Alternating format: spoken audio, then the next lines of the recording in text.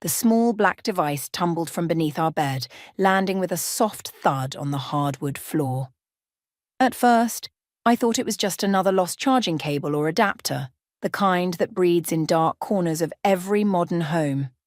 But as I picked it up, my stomach twisted into a knot. A wiretap. In our bedroom. Our sanctuary. I'm Iris. And until this moment, I thought I understood the rules of my new life as Nathan's wife. Keep the peace with his mother, Martha. Smile through her backhanded compliments. Pretend not to notice when she rearranges our furniture during her weekly visits. But this was different. Nathan? My voice cracked slightly. Could you come here for a minute? I heard his footsteps approaching. The familiar rhythm of his walk that usually brought me comfort now setting my nerves on edge. He appeared in the doorway, coffee mug in hand, his expression shifting from casual to concerned as he saw what I was holding. Where did you find that? His voice dropped to barely above a whisper. Under our bed, while I was looking for my earring. I held it up, watching his face carefully. Please tell me you put this here. Nathan set his mug down with deliberate slowness and closed the bedroom door. He moved closer, examining the device without touching it. Don't say anything else, he mouthed, then grabbed his phone and typed quickly. Mom's been acting strange lately. Wouldn't put it past her. The blood rushed to my face as fury and humiliation fought for dominance. I grabbed his phone and typed back, "How long have you suspected?" He shook his head, indicating he wasn't sure. Then he typed, "Play along. Let's plan a weekend trip. Loud enough for anyone listening." I wanted to scream. I wanted to storm over to Martha's house and demand answers. Instead, I forced a bright tone into my voice. You know what? We should take that weekend trip to the coast we've been talking about, just the two of us. Nathan caught on immediately. Great idea, honey. We could leave Friday after work, stay at that boutique hotel you've been eyeing. Perfect. I squeezed the wiretap until my knuckles turned white. We deserve some private time together. We spent the next 15 minutes having an artificially cheerful conversation about our fake weekend plans while typing real messages back and forth on his phone. With each passing minute, my anger grew deeper, colder. Martha had always been controlling, but this crossed every line. When we finally felt we'd said enough for our unseen audience, Nathan took the device and secured it in his desk drawer. He pulled me close, his arms warm and solid around me, but for the first time since our wedding I felt myself stiffen at his touch. We'll handle this, he whispered against my hair. I promise. But as I stood there in our violated bedroom, I wasn't sure I believed him. This wasn't just about privacy anymore. This was about power, about control, about Martha's refusal to let her son have a life separate from her. And now I had a choice to make. Either accept this invasion and live under her surveillance, or fight back. I pulled away from Nathan and met his eyes. No more playing nice, I said quietly. This ends now. He nodded, but I caught the flash of uncertainty in his expression. Of course, she was still his mother, but she had made a critical mistake in underestimating me. Martha wanted to know every detail of our lives. Fine. I'd give her a show she'd never forget. I picked up Nathan's phone one last time and typed, "We need to talk to Clara. She'll know what to do." The game was on, and Martha had no idea what she'd started. Clara stirred her coffee with calculated precision, her eyes never leaving my face. We sat in the back corner of Rosemary's Cafe, far from any possibility of being overheard. Not that Martha could bug a public place. At least, I hoped not. A wiretap? Clara's voice was low, controlled, but I caught the dangerous edge in it. In your bedroom? Nathan thinks she's been doing it for months. The coffee in front of me had gone cold, untouched. Every time I think about it, I feel sick. All those private conversations, all those intimate moments. And Nathan just, what? Suspected but didn't say anything? I flinched at the accusation in her tone. He says he wasn't sure, that she's always been intense about knowing everything in his life, but this is different. Different! Clara set her spoon down with a sharp clink. "Iris, this is criminal. This isn't just a controlling mother-in-law anymore. This is stalking." Before I could respond, my phone buzzed. Martha's name lit up the screen. "Dropping by with some homemade soup. Nathan mentioned you weren't feeling well." "Speaking of the devil," I muttered, showing Clara the message. "You never told her you were sick?" "No. But Nathan and I had that loud, fake conversation about me having a headache last night, for our invisible audience." The irony made me want to scream. "She's testing us, seeing if we found it." Clara leaned forward. "Then let's give her something to listen to. You're going back home now, right?" I nodded. "Perfect. Let her come over. But first, we need to make a stop." 20 minutes later, I walked into my house carrying a shopping bag from a local pharmacy. Right on cue, Martha's car pulled into the driveway. I made sure to rustle the bag loudly as I set it on the kitchen counter. The doorbell rang.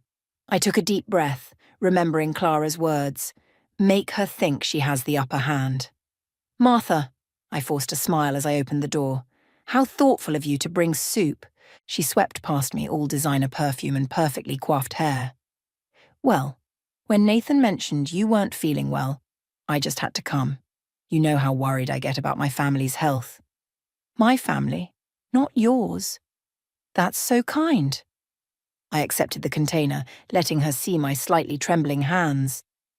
"I was just picking up some things from the pharmacy, actually." Her eyes darted to the bag on the counter, exactly where I'd left it, the pregnancy test box visible through the semi-transparent plastic. "Oh?" Her voice lifted with barely concealed interest. "Nothing serious, I hope." "Just a few things I needed." I moved to put the soup away, deliberately leaving the pharmacy bag untouched. Martha hovered, straightening already straight pictures on my walls. "You know, dear, you really should let me know when you're not feeling well. I have so much experience with these things. And Nathan, well, he worries so much about you." "I bet he does, when you're constantly in his ear about it." "Actually, Martha," I paused, as if considering something. "Since you're here, could I ask you something personal?" She practically vibrated with anticipation. "Of course, dear. When you were first married to Samuel, how did you know when you were ready? For children, I mean." The look that crossed her face was almost worth everything she'd put me through. Almost.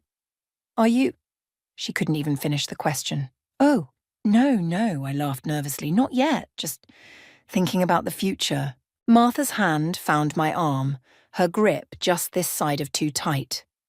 "Darling, there's no need to be nervous about such things. Family is everything, and I'll be right here to guide you through it all." I managed a weak smile thinking of the wiretap in Nathan's desk drawer. "Yes, you'll be right here, listening to every private moment of our lives." "Thank you, Martha. That means so much." After she left, I waited exactly 10 minutes before calling Clara. "Well?" she asked. She took the bait, hook, line, and sinker. I stared at the pregnancy test I'd never intended to use. Now we wait. And then? And then, we show her exactly what happens when you mess with someone's family. The old photo albums in Samuel's study told a story Martha never wanted me to see. While she was at her weekly bridge club, my father-in-law had quietly invited me over, leading me to these leather-bound volumes with trembling hands. "She'll be furious if she knows I showed you these," Samuel said, his voice barely above a whisper. Even here, in his own home, he spoke as if walls had ears. I flipped through pages of Nathan's childhood, every milestone documented with military precision. But something felt off about the images. They're all posed. Martha had them taken professionally, every month like clockwork. Samuel's fingers drummed nervously on his desk. If the first shoot wasn't perfect, she'd schedule another, and another. A photo of 7-year-old Nathan in a sailing outfit caught my eye. His smile looked strained, eyes distant. Nathan never mentioned sailing. He hated it, seasick every time. But Martha's father had been a champion sailor, so... Samuel shrugged, the gesture heavy with years of acquiescence. I continued turning pages, seeing Nathan's life through Martha's carefully curated lens. Piano recitals, tennis tournaments, debate club. Each image more perfect than the last, each smile a little more forced. Then, I found it. A candid photo, clearly taken without Martha's knowledge. Nathan, maybe 16, laughing with a girl I didn't recognize. They sat close on a park bench sharing headphones. Sarah Matthews, Samuel supplied, Nathan's first girlfriend. Martha made sure that ended quickly. How? She found out Sarah's father had filed for bankruptcy. Suddenly, the Matthews family was uninvited from all community events. Rumors started spreading. Within a month, Sarah's family moved away. My phone buzzed. Nathan, Mom's asking about baby names. What did you tell her? I ignored it, focusing on the next album. Nathan's college years. Fewer photos now, but more formal. More controlled. The wiretap wasn't the first time, was it? I asked Samuel. He wouldn't meet my eyes. She hired private investigators when he went to college, had his roommates report back to her. She said it was because she worried, but it was about control. My phone buzzed again. Martha this time. Darling, I found the most wonderful specialist. We should discuss your fertility options over lunch tomorrow. The pieces clicked into place. The wiretap, the sudden interest in my health, the constant presence in our lives. History was repeating itself. Samuel, I said carefully, what happened to Nathan's college girlfriend? The one in these photos? He closed the album abruptly. Catherine. She was studying medicine. Very bright. Very ambitious. What did Martha do? Nothing. That's what makes it worse. She just waited. Kept pushing Nathan toward law school, toward the family firm, kept reminding him about legacy, responsibility, family name. Catherine got into a residency program across the country. Martha made sure Nathan was too busy with law school applications to visit. My phone buzzed a third time. Nathan again. Mom's coming over. Says she's worried about you. I have to go, I said, standing quickly. Thank you for showing me these. Samuel caught my arm. Iris, be careful. Martha, she doesn't see what she does as wrong. She truly believes she's protecting her family. No, I said, pulling away. She believes she owns her family. There's a difference. I drove home in a daze, my mind racing. The pieces were all there, the pattern clear as day. Martha wasn't just trying to control our lives, she was recreating Nathan's entire childhood. And now, with her suspecting a pregnancy... Nathan was waiting when I got home. Where were you? Mum's been calling everyone worried sick. I know exactly what your mother's doing, I said, my voice steady despite my racing heart. And I know why. Iris? No, Nathan, this ends now. Either you help me stop her, or I'm gone. I won't let her do to our children what she did to you. His face went pale. What are you talking about? Ask your father about Sarah Matthews, I said, watching the colour drain further from his face. Or Catherine, or any of the other people your mother decided weren't good enough for her perfect family portrait. The front door opened before he could respond. Martha's voice rang out, cheerful and sharp as a knife. There you are, darling. I brought prenatal vitamins, just in case. The prenatal vitamins sat on my kitchen counter like a declaration of war. Martha had arranged them in a neat row, labels facing forward, a silent army of plastic bottles marking her territory. I hadn't touched them in 3 days. Nathan paced behind me, his reflection fractured in the window above the sink. We need to tell her. Tell her what?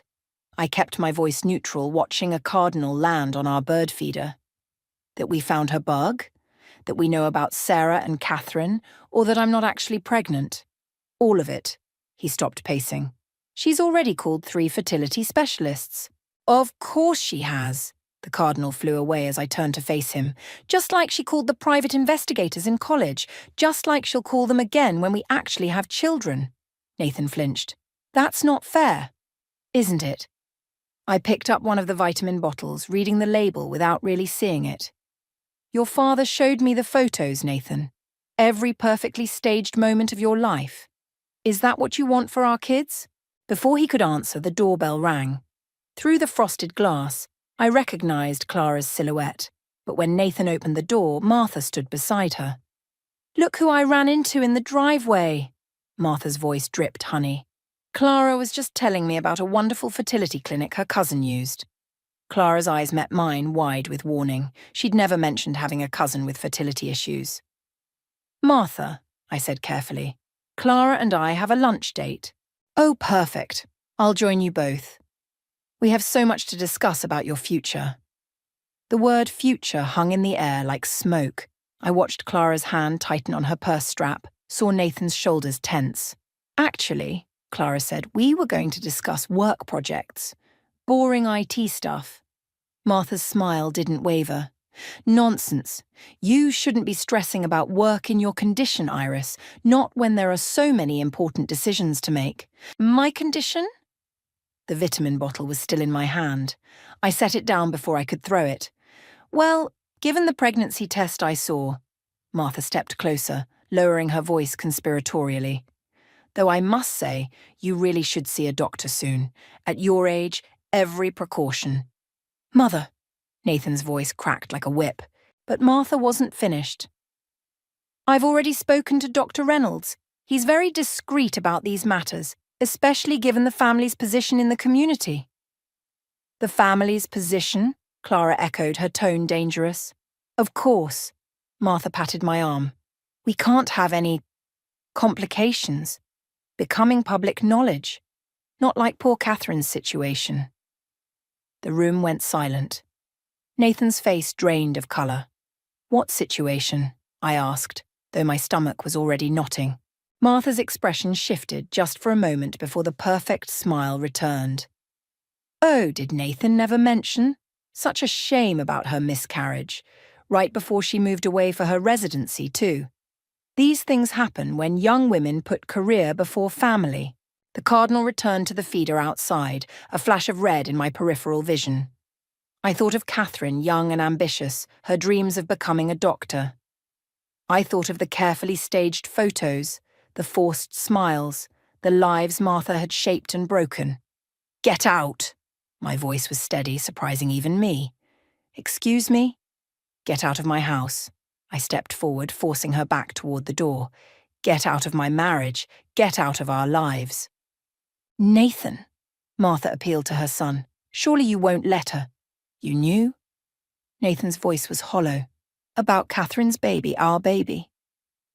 Martha's mask cracked just slightly. I did what was necessary. For your future. Get out, Nathan echoed, moving to stand beside me. Now. After she left, Clara hugged me tight while Nathan disappeared into his study. When I found him later, he was holding an old photograph, him and Catherine on graduation day, young and in love and unaware of what was coming. We need to find her, I said softly. He looked up, his eyes red. Why?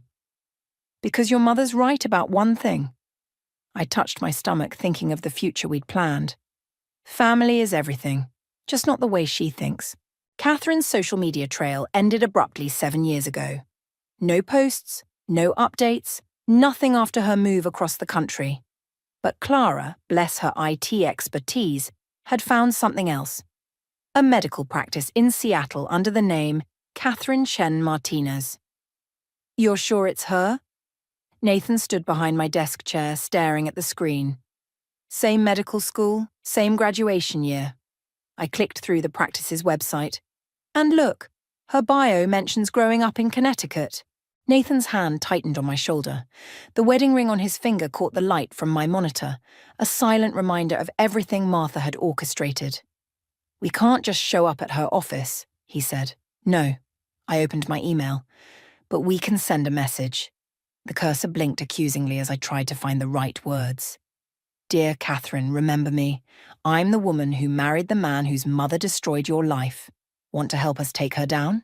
My phone buzzed. Martha, darling, I've been thinking about our little misunderstanding. Let's have dinner tonight. Just us girls. Another buzz. Martha again. After all, stress isn't good for the baby.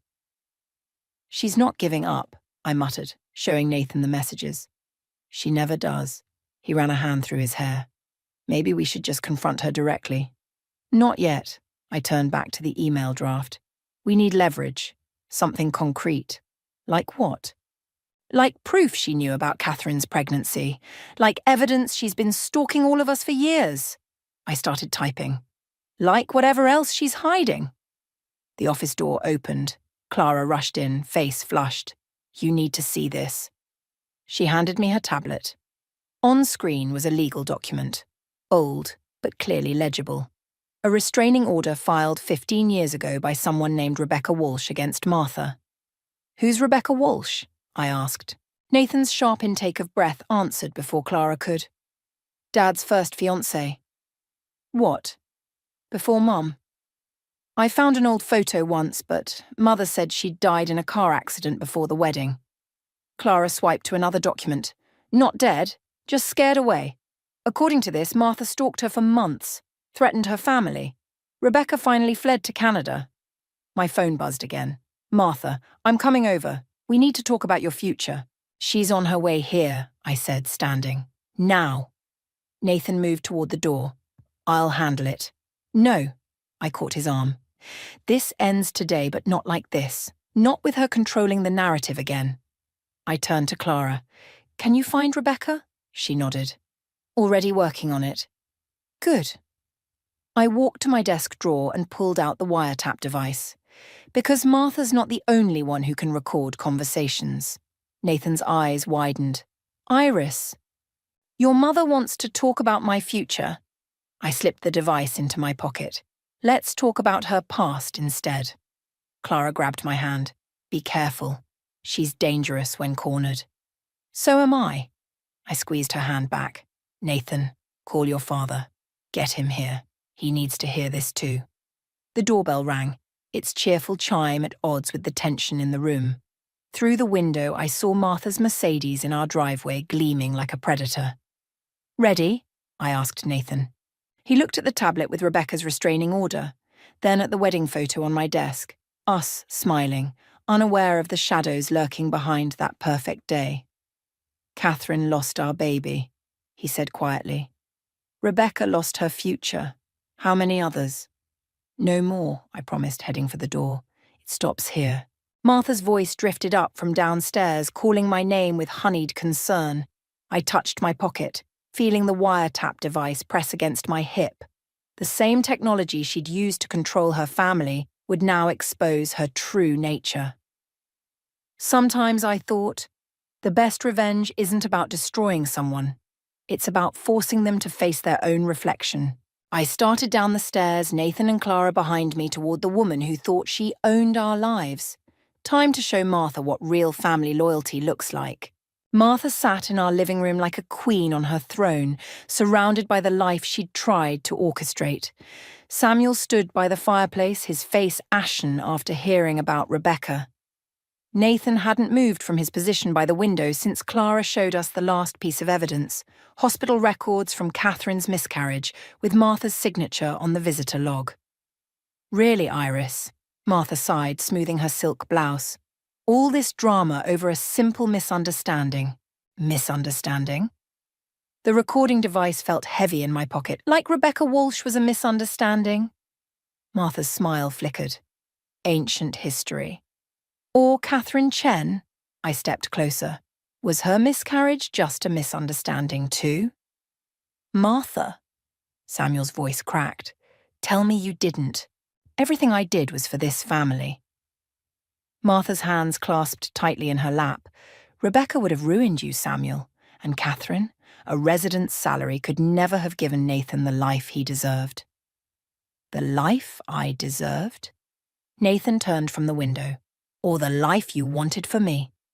They're the same thing, darling. Martha stood, reaching for him. Everything I've done has been for you. For us. Including the wiretap? I pulled the device from my pocket.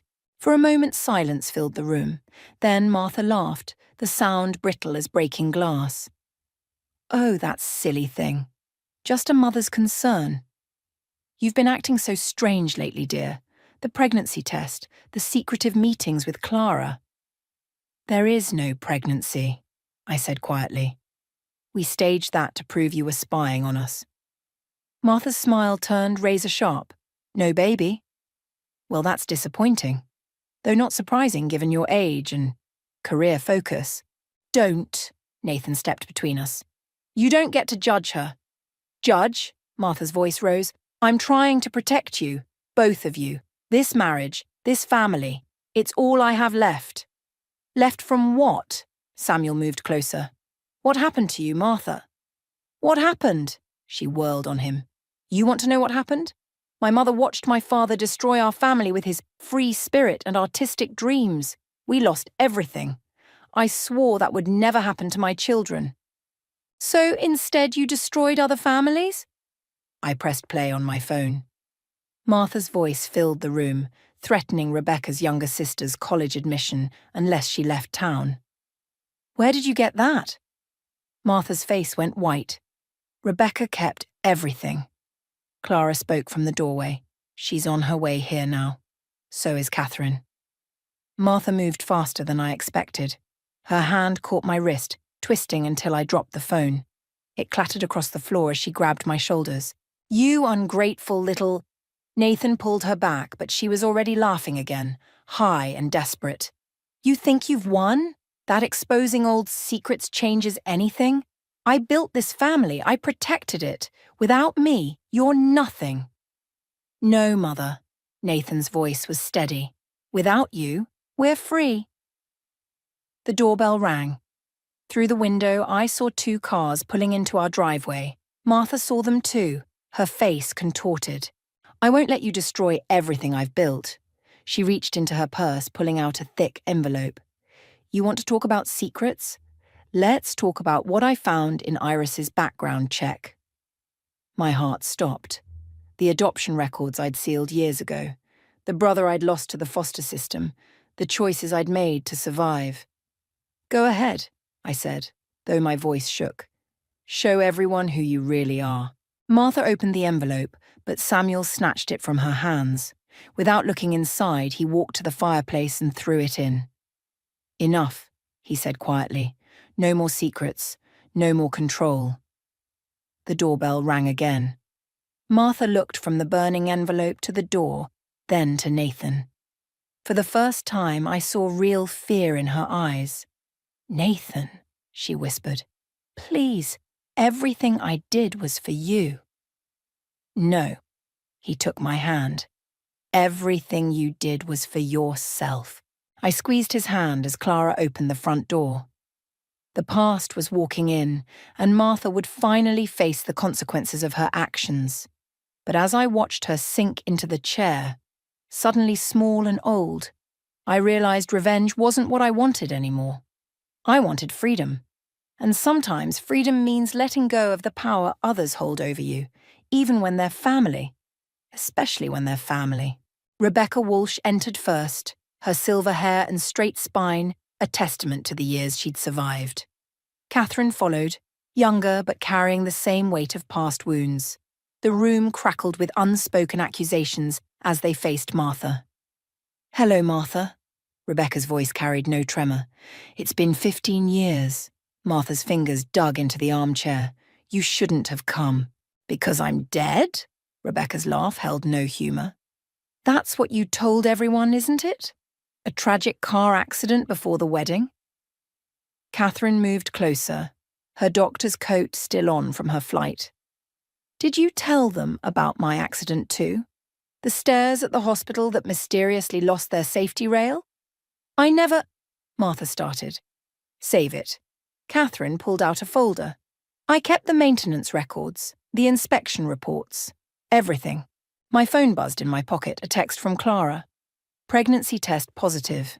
3 weeks. The world tilted slightly. I hadn't told anyone I was late, hadn't dared hope. But now... What is that? Martha's eyes fixed on Catherine's folder. More lies? Truth. Catherine placed the documents on the coffee table. Like the truth about why I lost my baby. Stress, they said. Excessive stress from anonymous threats. Stalking. Career sabotage. Samuel picked up the papers, his hands shaking. The hospital board received anonymous complaints about Catherine's competency. That was you? I protected this family. Martha stood, her composure cracking. Rebecca would have dragged you into bankruptcy with her artist dreams.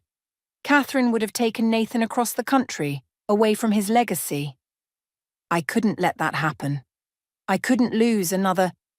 She stopped abruptly. Another what? Nathan asked. Martha sank back into her chair. Your sister, before you were born. She chose her own path, married someone inappropriate. I never saw her again. The room went silent. Samuel's face drained of colour. Claire, he whispered, you told me she died in college. She died to us! Martha's voice rose hysterically. She chose him over family, over everything we built. I wouldn't let that happen again. I couldn't. My phone felt heavy in my pocket, new life growing inside me, while around me lay the wreckage of lives Martha had destroyed to protect her vision of family. I'm pregnant, I said quietly. Martha's head snapped up. What? Actually pregnant this time. I met her gaze. And you will never control this child's life the way you controlled Nathan's. Never. You can't... She can. Nathan moved to stand beside me. We all can. No more secrets. No more control. It ends today. Martha looked around the room, at Rebecca's straight spine, Catherine's steady hands, Samuel's grief-stricken face. Her carefully constructed world was crumbling. Claire's alive, Samuel's voice broke. All these years. I can find her, Clara offered from the doorway. I found Rebecca and Catherine. Martha lunged for her purse again, but this time I was faster. I grabbed it, dumping the contents onto the coffee table. Photos spilled out. Surveillance photos of all of us. Of Nathan and Catherine in college. Of Rebecca before she fled. Of me at doctor's appointments Martha shouldn't have known about. You see? Martha's voice turned pleading. Everything I did was for love. To protect what's mine. Love doesn't destroy, Catherine said softly. It doesn't stalk or threaten or manipulate. That's not love, Martha. That's possession. Get help, Nathan told his mother. Real help. Or you'll never meet your grandchild. Martha's face crumpled. For a moment, I saw past the monster to the frightened woman beneath, terrified of losing control, of being abandoned, of watching her family choose their own paths. I don't know how to let go, she whispered. Start by telling the truth, Samuel said. About everything. About Claire. Martha looked at me, then at my still flat stomach where her grandchild grew. The future she couldn't control. The legacy she couldn't shape. Claire, she said finally, lives in Vancouver.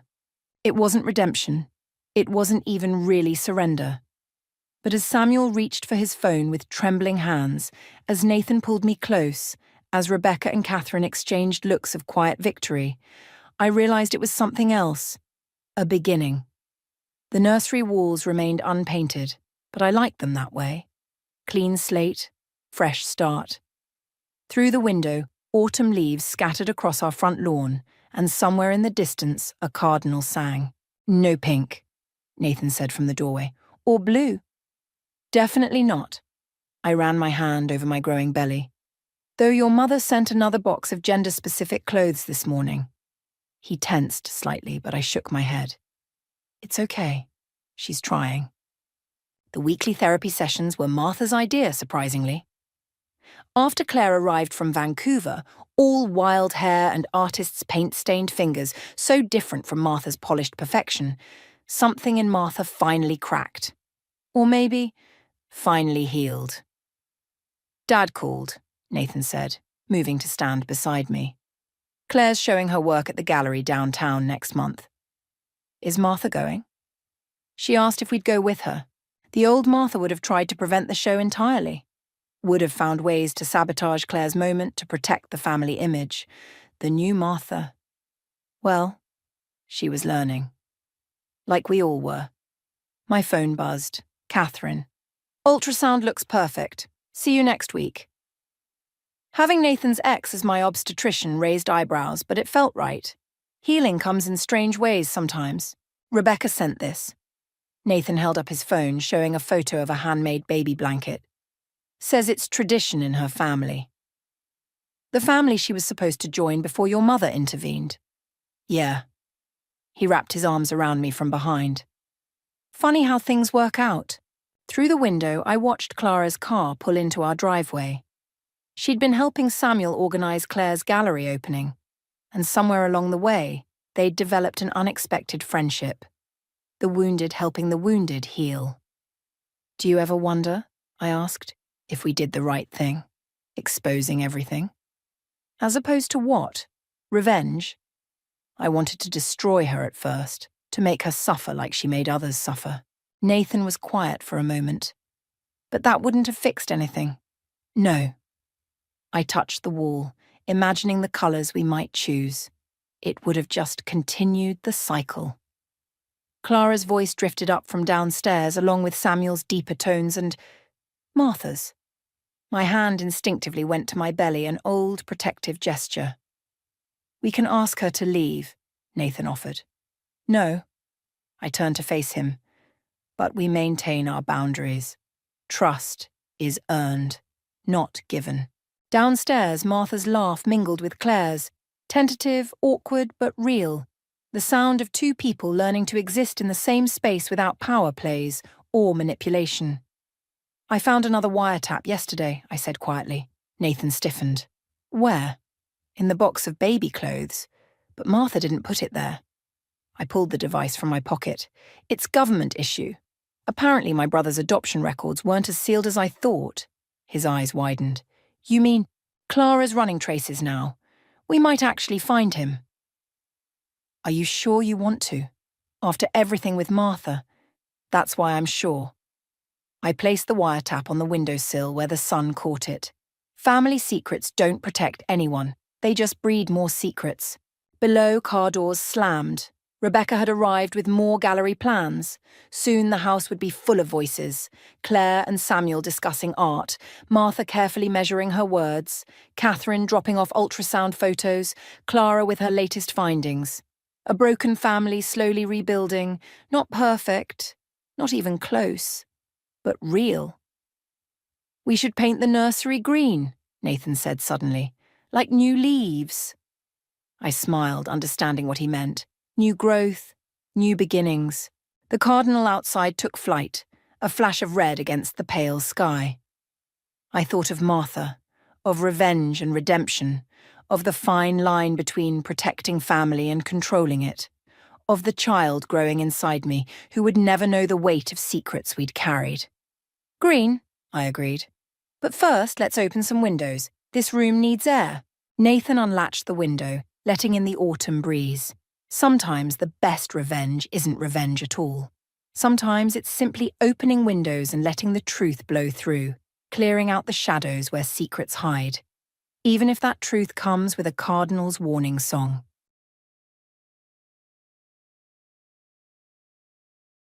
As a 26-year-old single mom, life presents its own set of challenges. Raising my wonderful 4-year-old daughter Mia alone, every day is a test of strength and love. Mia is the light of my life, but being a single parent is not easy. To support us, I work as a cleaner in a cafe, barely managing to cover our basic needs. We live in a cramped apartment, but despite the tight quarters, we make it a home full of love and laughter. Meanwhile, my toxic sister Ella seems to have her life perfectly sorted out. She's a successful lawyer with a beautiful home, and a husband, William, who could be the lead in a romantic comedy. Sometimes, when I look at her life, I can't help but feel a bit dishevelled by comparison. One day, Ella swung by my apartment looking flawless in her designer suit, while I was buried in a mountain of dishes with Mia attached to my leg.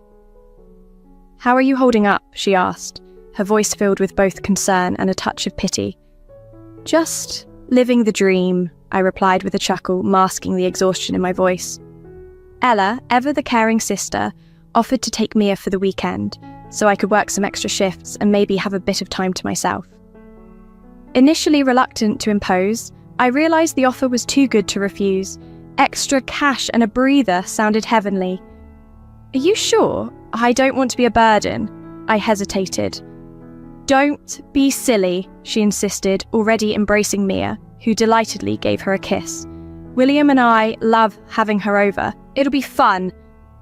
I couldn't help but feel a deep sense of gratitude as I watched Ella prepare to take Mia for the weekend. Thanks, Ella, you're a lifesaver, I said, feeling the weight lift off my shoulders for a moment. Just as they were about to leave, Ella asked to borrow my phone charger, because hers wasn't working. Sure, it's in my purse on the kitchen table. Help yourself, I called out, while I tried to wrangle Mia into her jacket. I heard Ella rummaging through my purse, and a small part of me wondered why she didn't wait for me to get it, but I quickly dismissed the thought. She's my sister, after all. Once they left, I collapsed onto the couch, savouring the rare quiet. It was a moment to breathe, to reflect, and maybe, just maybe, to catch a break from the relentless pace of life. While I meant to spend my quiet weekend cleaning and meal prepping, I found myself instead getting lost in scrolling through my sister Ella's social media. Her feed was filled with vacation snapshots, professional achievements, and affectionate moments with her husband William. It felt like a non-stop highlight reel of an impeccable life. I sighed, feeling a pang of jealousy, and chided myself. Get it together, sister. Ella had worked hard for her life, and she was always there for Mia and me. Just then, my phone buzzed with a text from Ella. Mia's having a blast. Don't work too hard this weekend, sis. Love you both. A smile crossed my face, mixed with feelings of gratitude for the help, missing my little girl, and yes, still a hint of envy. But above all, I was thankful to have Ella in my life. The week sped by, and I finally got around to tackling the chaos of my apartment. Toys littered the floor, and laundry was piled high, enough to clothe a small army. Amid stuffing things into closets, no judgment please, I noticed Ella's expensive designer purse on the coffee table. How did I miss that? I wondered aloud. Better return this before she panics, I mumbled, realising the purse alone was probably worth more than all my clothes combined. As I grabbed the purse, it slipped from my hands, spilling its contents across the floor. Oh, come on, I groaned, bending down to gather everything. That's when I noticed something unexpected. A stack of official-looking papers that caught my eye. Curiosity overtook me, and I glanced at them. My heart nearly stopped as I saw what they were. Adoption papers with Mia's name on them, listing Ella and William as the adoptive parents. This can't be real, I whispered, hands trembling as I read through the documents. What the heck is going on? I muttered, my mind reeling. The thought that my own sister, the person I trusted most, might be trying to adopt my daughter without my knowledge was too much to bear. The room seemed to spin as I sank down, trying not to fall over. No, I stammered, searching the purse for some clue, some rational explanation I might have missed. But what I uncover next only deepens the chasm of betrayal.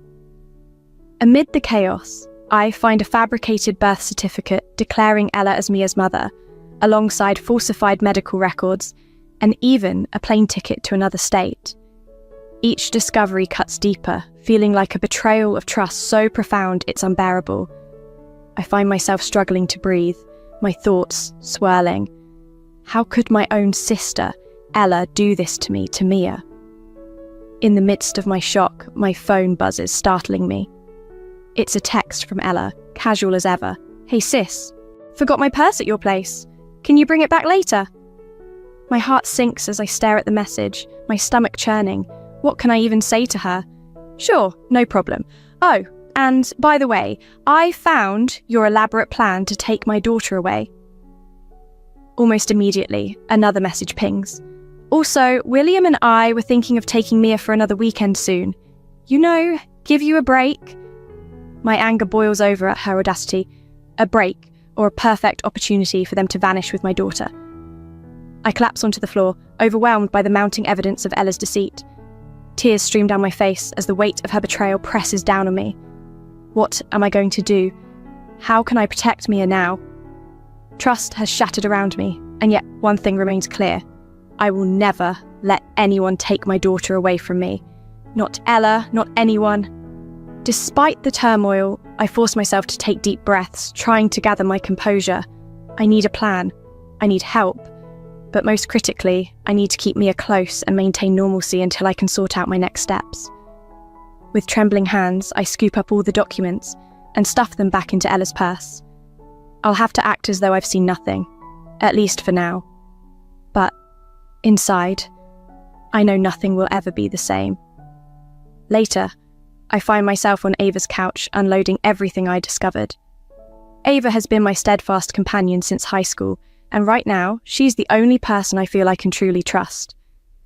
"Girl, this is some messed up stuff," Ava says, shaking her head in disbelief. "We've got to dig deeper. Something isn't right here." Together, we start to piece together the puzzling evidence, uncovering more unsettling details. As we delve into Ella's social media, Ava suddenly points to the screen, a puzzled look on her face. "Hold up," she pauses. "Didn't you say Ella couldn't have kids?" I lean in closer, my jaw dropping as the pieces begin to click into place, unveiling a plan more sinister than I had imagined. Digging deeper into Ella's purse only unearthed more horrors. Among the scattered items, I found a birth certificate, a counterfeit one declaring Ella as Mia's mother, alongside forged medical records and even a plane ticket to another state. Each discovery felt like another stab of betrayal. My heart raced and my breathing hitched. How could my sister, my own flesh and blood, plot something so cruel against Mia and me? In the midst of my turmoil, my phone vibrated, startling me. It was a message from Ella. "Hey sis, forgot my purse at your place. Can you bring it back later?" I stared at the screen, nausea swirling in my gut. What could I possibly respond? "Oh, sure, I'll just swing by after uncovering your plan to abduct my daughter." Before I could even think of a reply, another text popped up. "Also, William and I were thinking of taking Mia for another weekend soon. Give you a break, you know." Anger surged through me. A break? Or perhaps a chance for them to vanish with my daughter? Tears welled up and I sank to the floor. The evidence of Ella's deception laid bare around me. I sobbed, overwhelmed and scared. What was I supposed to do now? How could I protect Mia? Trust had crumbled. It was clear I couldn't count on anyone but myself to keep my daughter safe. I might be a struggling single mom, but I would move heaven and earth to protect Mia. I wiped my tears, trying to compose myself. I needed a plan, I needed support, but most urgently, I needed to keep Mia close and behave as if nothing was amiss until I figured out my next move. With trembling hands, I collected all the documents and shoved them back into Ella's purse. For now, I had to act as though I'd seen nothing, but our relationship would never be the same. Seeking solace and counsel, I found myself on the couch of my lifelong friend Ava, pouring out the terrifying discoveries from Ella's purse. Ava had been my steadfast ally since high school, and right now, she was the only person I felt I could trust. "Girl, this is some messed up stuff," Ava exclaimed, her expression one of shock as she shook her head. "We need to dig deeper. Something isn't right." Together, we began to piece together the grim puzzle, starting with a deep dive into Ella's social media accounts. As Ava pulled up information on her laptop, she paused, pointing at the screen with a frown. "Hold up," she said. "Didn't you mention Ella couldn't have kids?" I leaned forward, my eyes widening in disbelief as the implications began to dawn on me. In Ava's dimly lit living room, we continued scrolling through Ella's social media, only to be stunned by recent posts showing her with what appeared to be a baby bump. "What the—" "She told everyone she was pregnant," I muttered, disbelief colouring my tone. The post showcased numerous doctor's visits and nursery preparations, each one meticulously crafted to paint the perfect picture of an expectant mother. But it was all a lie, a well-orchestrated deception. Feeling a mixture of nausea and shock, I whispered, "She's been plotting this for months." Ava reached for my hand, her grip firm. "We need to check her emails. Do you still remember her password?" I nodded, feeling a twinge of guilt. yet knowing it was critical to uncover the full extent of her plans.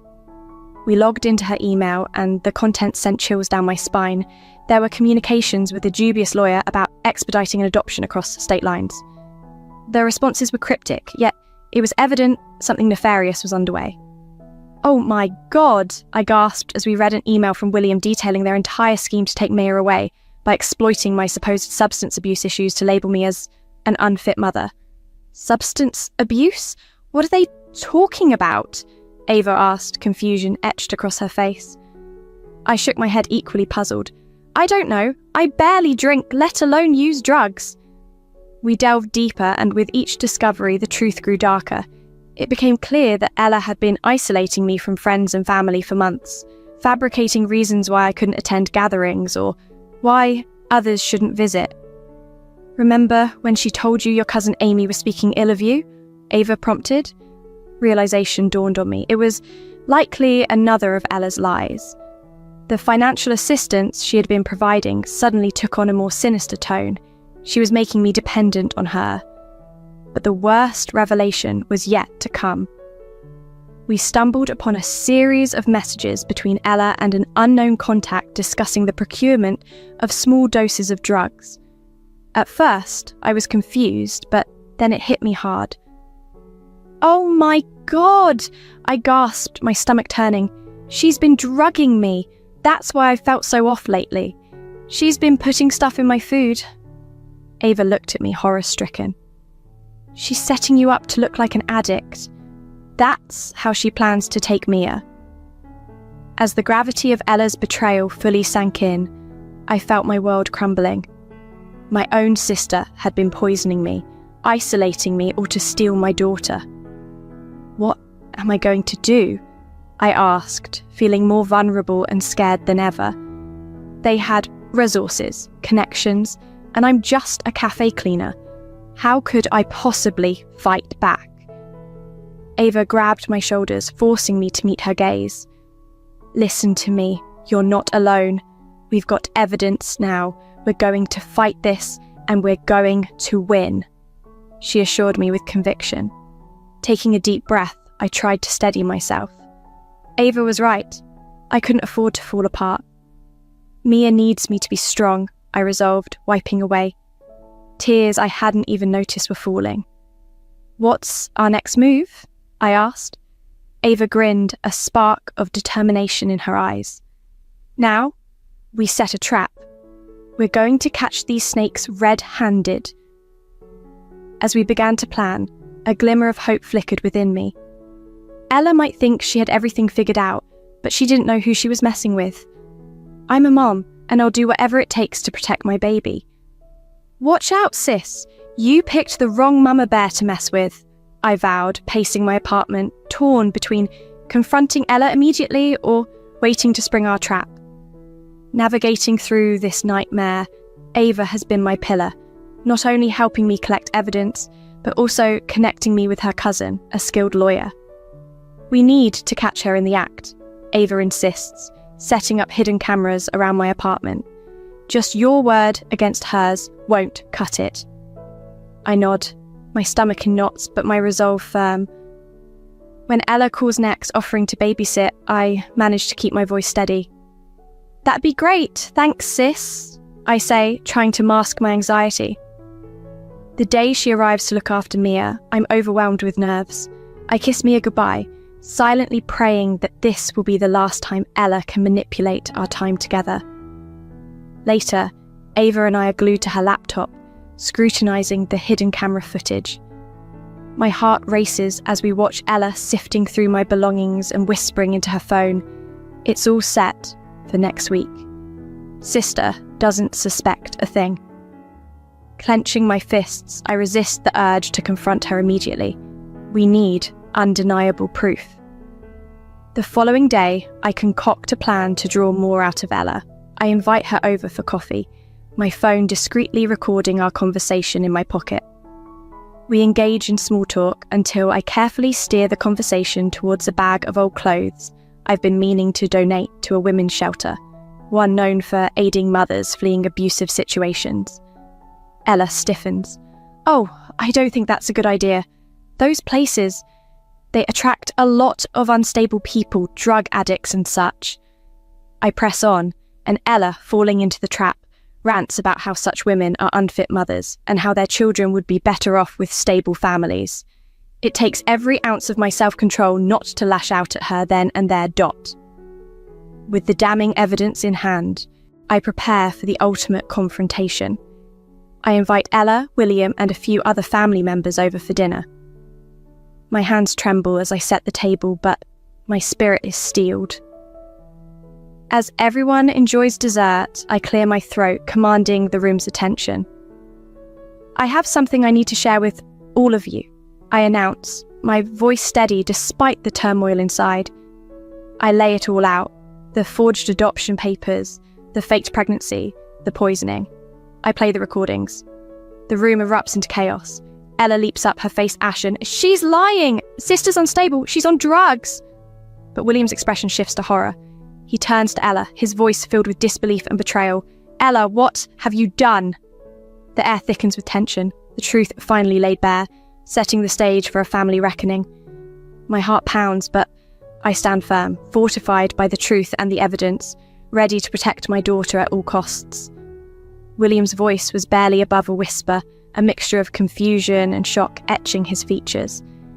It was clear Ella had spun a web of lies around him as well, convincing him of my supposed drug problems, a fabrication he had taken as truth. He was completely unaware of the forged documents and the poisoning. As the full weight of the reality hit him, Ella lost all composure. "It's not fair," she screamed, her voice breaking with emotion. "I deserve that baby more than her. I'm successful. I'm stable. Why should she get to keep a child when I can't?" The room fell silent, everyone staring as Ella unveiled her deep-seated jealousy and resentment. It was like observing a stranger who had stolen my sister's identity.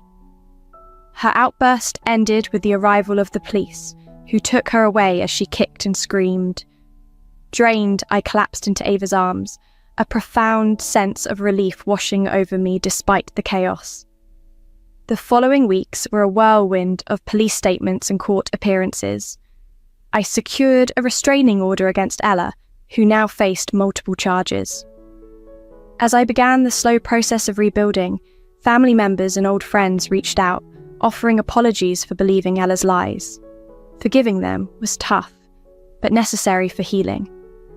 Months later, life felt lighter. I was at the park pushing Mia on the swings, her delighted squeals of "Hiya Mama" filling the air. Ava was there too, ever watchful and supportive. Watching Mia soar, I reflected on our journey through the ordeal.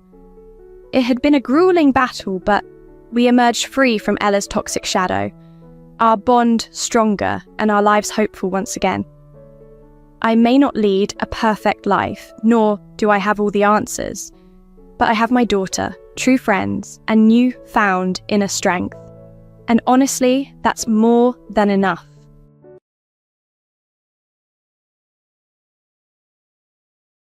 My parents, both in their 49s, asked me to vacate the apartment I've been renting from them while I attend college in Massachusetts, so that my older brother William can live there without paying rent. For the past 5 years, this apartment in a condominium has been my home while I pursue my degree at the Massachusetts Institute of Technology. My parents bought this property years ago as an investment and had trouble with tenants until I moved in. I've been paying a reduced rent of $9,100 a month, which includes utilities, for a cozy one-bedroom that's been a modest but welcome escape from my strict Amish family upbringing. Growing up, it was clear that William, now 26, was the favoured child. He received the best of everything: praise, gifts, and opportunities, while I was often sidelined. This disparity has only grown with time. Recently, William's tech startup in Boston failed, and he found himself jobless and without a place to live. Instead of asking him to manage on his own, my mother tearfully insisted that I move out and continue paying rent so William could move in rent-free. She argued that the family needed to support him during this tough time, despite my own financial and academic pressures. This situation felt absurd and unfair. I tried to protest, explaining that as a student, I couldn't afford another place with such favourable rent.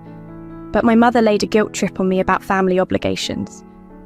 My father, who's never been much support in challenging my mother's decisions, offered no help. Faced with the reality of having to find new housing while subsidising my brother's free stay, I felt not only displaced, but deeply undervalued within my own family. When I reached out to explain my situation, the response I got was a repeated affirmation that your mother has a point and that sacrifices are necessary for the sake of family. The conversation quickly turned into a lecture on how, as a woman, it is supposedly my duty to prioritise my brother's needs over my own. I was told to be thankful for the chance to support him. At that moment, I felt like shouting. I've been working incredibly hard, balancing a rigorous academic schedule with a part-time job to support myself, all without financial help from my family, thanks to a full scholarship. Yet, there's been no recognition or appreciation for my efforts. Despite not always being perfect or standing firm against my parents' wishes, I've often conceded just to avoid conflict.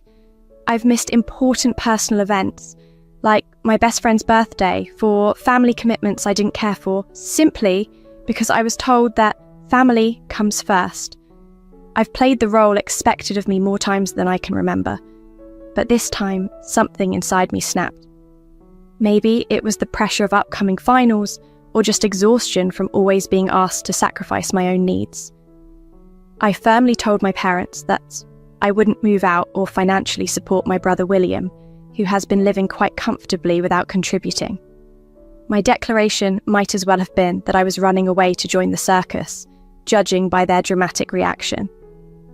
My mother ended the call abruptly, labelling me selfish and ungrateful. My father sent a lengthy text accusing me of abandoning our family and our faith. I've been wrestling with guilt and doubt, feeling like I might be the worst daughter and sister. But is it so unreasonable to reject putting myself in financial jeopardy just to solve my brother's problems? William has always had things handed to him and doesn't seem to understand the value of hard work because he's never had to. Despite his initial successes, his recent failures have not swayed my parents, who continue to favour him and overlook the imbalance in their treatment of us. With the semester about to start, I am searching for affordable housing close to campus, but options are few. Despite the overwhelming guilt, I'm trying to maintain my resolve. I've spent my life feeling secondary to the men in my family, struggling against this ingrained belief that their needs should always come first. So, Reddit, I'm asking, am I wrong for wanting to prioritise my well-being this time? Is it selfish to want to feel like my needs and emotions are valid too? I'm torn between the desire to maintain peace and the urgent need to stand up for myself. I'm tired of feeling inadequate and constantly putting my dreams aside. Isn't it time I considered my own needs? How do I reconcile these feelings without feeling selfish for once wanting to put myself first? Wow, my last post really caught fire. First off, I want to express my gratitude to everyone who took the time to read and respond to my post. Even those who disagreed with me, thank you. It's meaningful to be heard and feel supported. I'd like to clear up a few things that might have confused some of you. Yes, I am Amish, but I no longer live in an Amish community. I left at 17 to pursue higher education, which was a big transition from my Amish schooling. Leaving the community hasn't erased the deep-seated values and expectations I grew up with. To the person who wondered if I can truly be Amish while using technology and attending college, yes, I am. Amish communities can vary widely. Some are more traditional, while others, like mine, have individuals who choose different paths. For those suggesting I should just obey my parents because that's the role of a daughter, or that I should be grateful for any accommodations they provide, please reconsider. I'm not a child. I'm a 26-year-old woman self-financing my education. Owning the apartment I live in doesn't give my parents the right to disrupt my life according to their whims. To the person who said it's a woman's honour to make sacrifices for the men in her life, let me clarify that we're not in the 1000s anymore. Women's aspirations and goals are just as valid as men's. I refuse to sideline my own life for my brother's convenience. It's interesting to note the double standards at play here. If I were in my brother William's situation, needing a place to stay, the response from my parents would likely be for me to sort it out myself. Yet, because he's the one in need, I'm expected to accommodate. Some of you asked why I even maintain a relationship with my parents if they're so controlling. Cutting ties with family isn't simple. They are still my parents, and I love them, even though we sometimes clash. I'm hopeful that by asserting my boundaries, we might evolve to a healthier family dynamic. To those who think I should just accept the situation and say it's no big deal, consider this. Imagine growing up always being told that your desires are less important than those of the men in your family. Imagine finally carving out a space for yourself, only to have your family attempt to hand it over to your already favoured brother.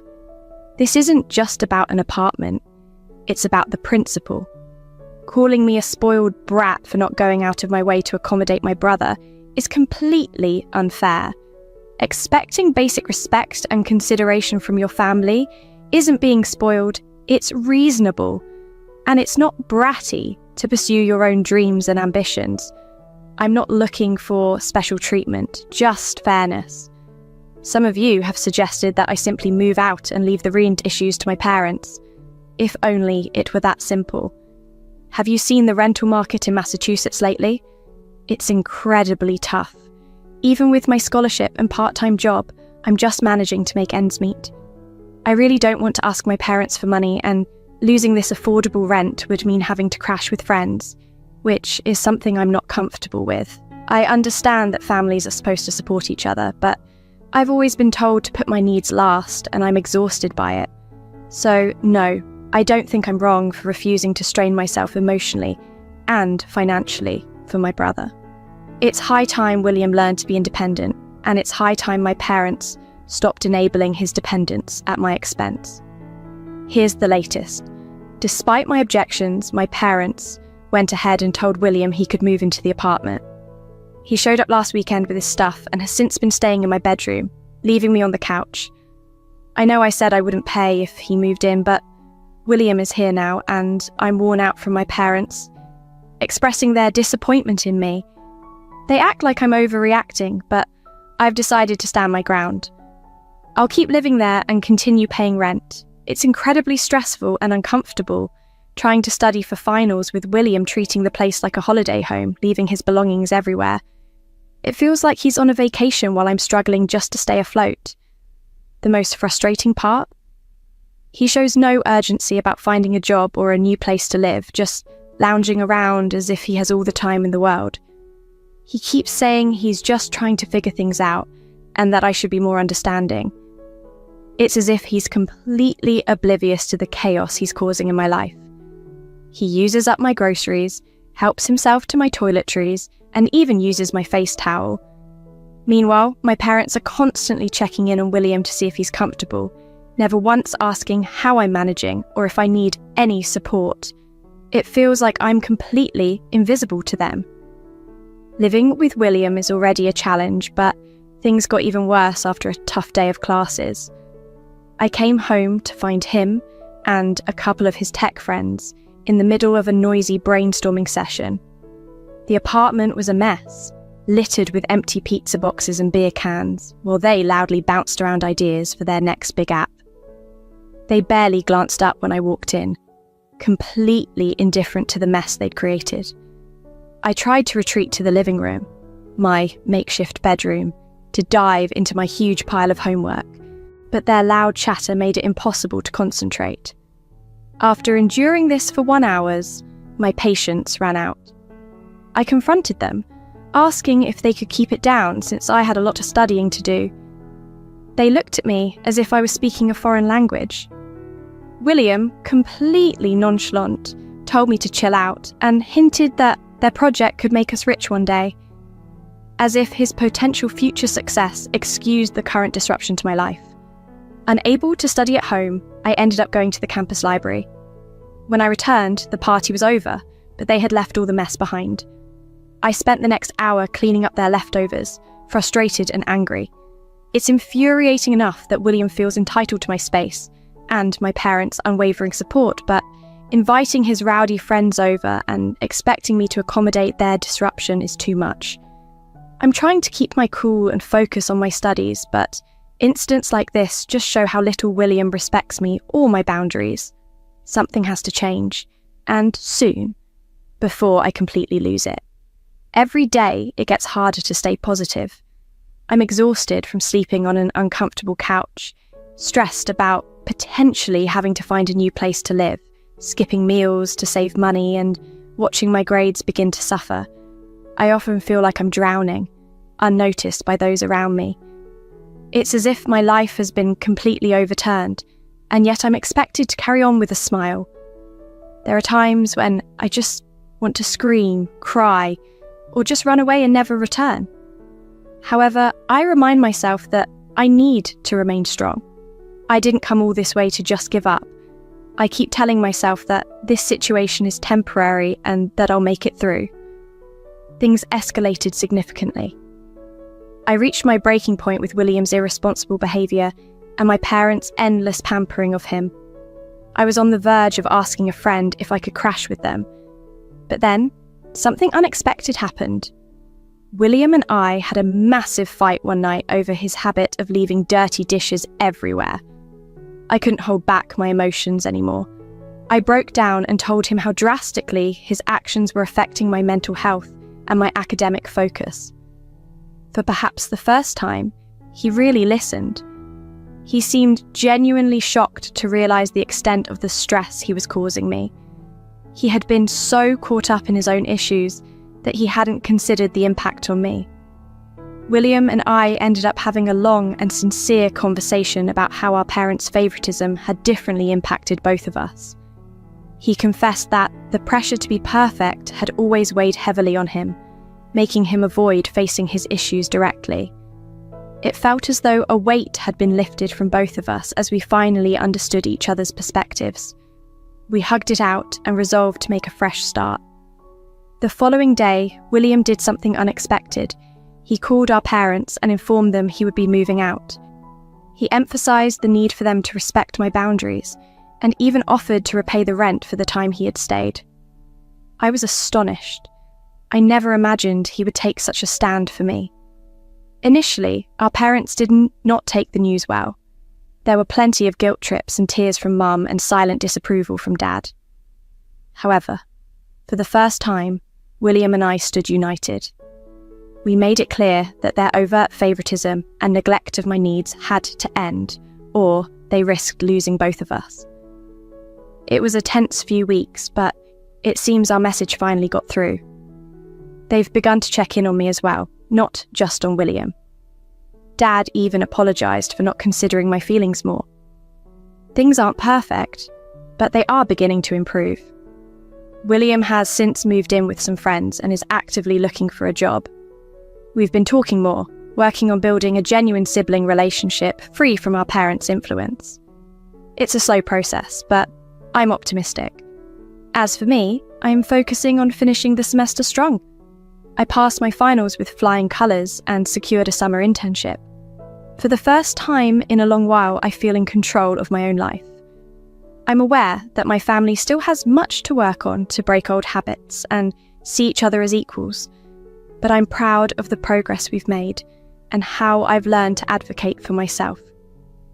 To everyone who has followed this journey and offered their support, thank you deeply.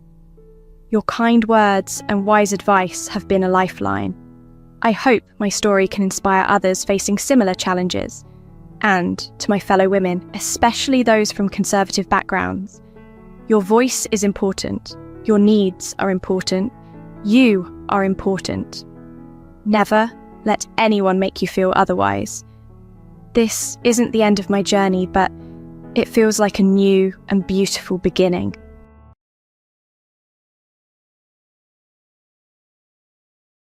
A mandatory group diet plan, and scheduled weekly weigh-ins. I felt this was outrageous and told her I wouldn't participate. This led to a massive argument, and Mia accused me of not being supportive. She then told Derek that I was refusing to cooperate, and as a result, I was unceremoniously removed from the bridal party. Feeling hurt and isolated, I realized that my family's dynamics were shifting dramatically. It seemed that everyone was more concerned with appeasing Mia than considering how their actions affected me. I was devastated by the lack of support from my family, who I had always believed were there for me, through thick and thin. To make matters worse, after I was kicked out of the bridal party, the family tension escalated. My parents and Emma, who were also swept up in the wedding frenzy, sided with Derek and Mia. They urged me to just apologize and fall in line to smooth things over. I felt like I was being unfairly painted as the troublemaker, the family's black sheep, simply because I stood up for myself against unreasonable demands.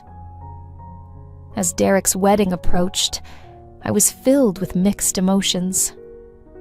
I was sad about missing out on celebrating an important family milestone, yet relieved to avoid further conflict.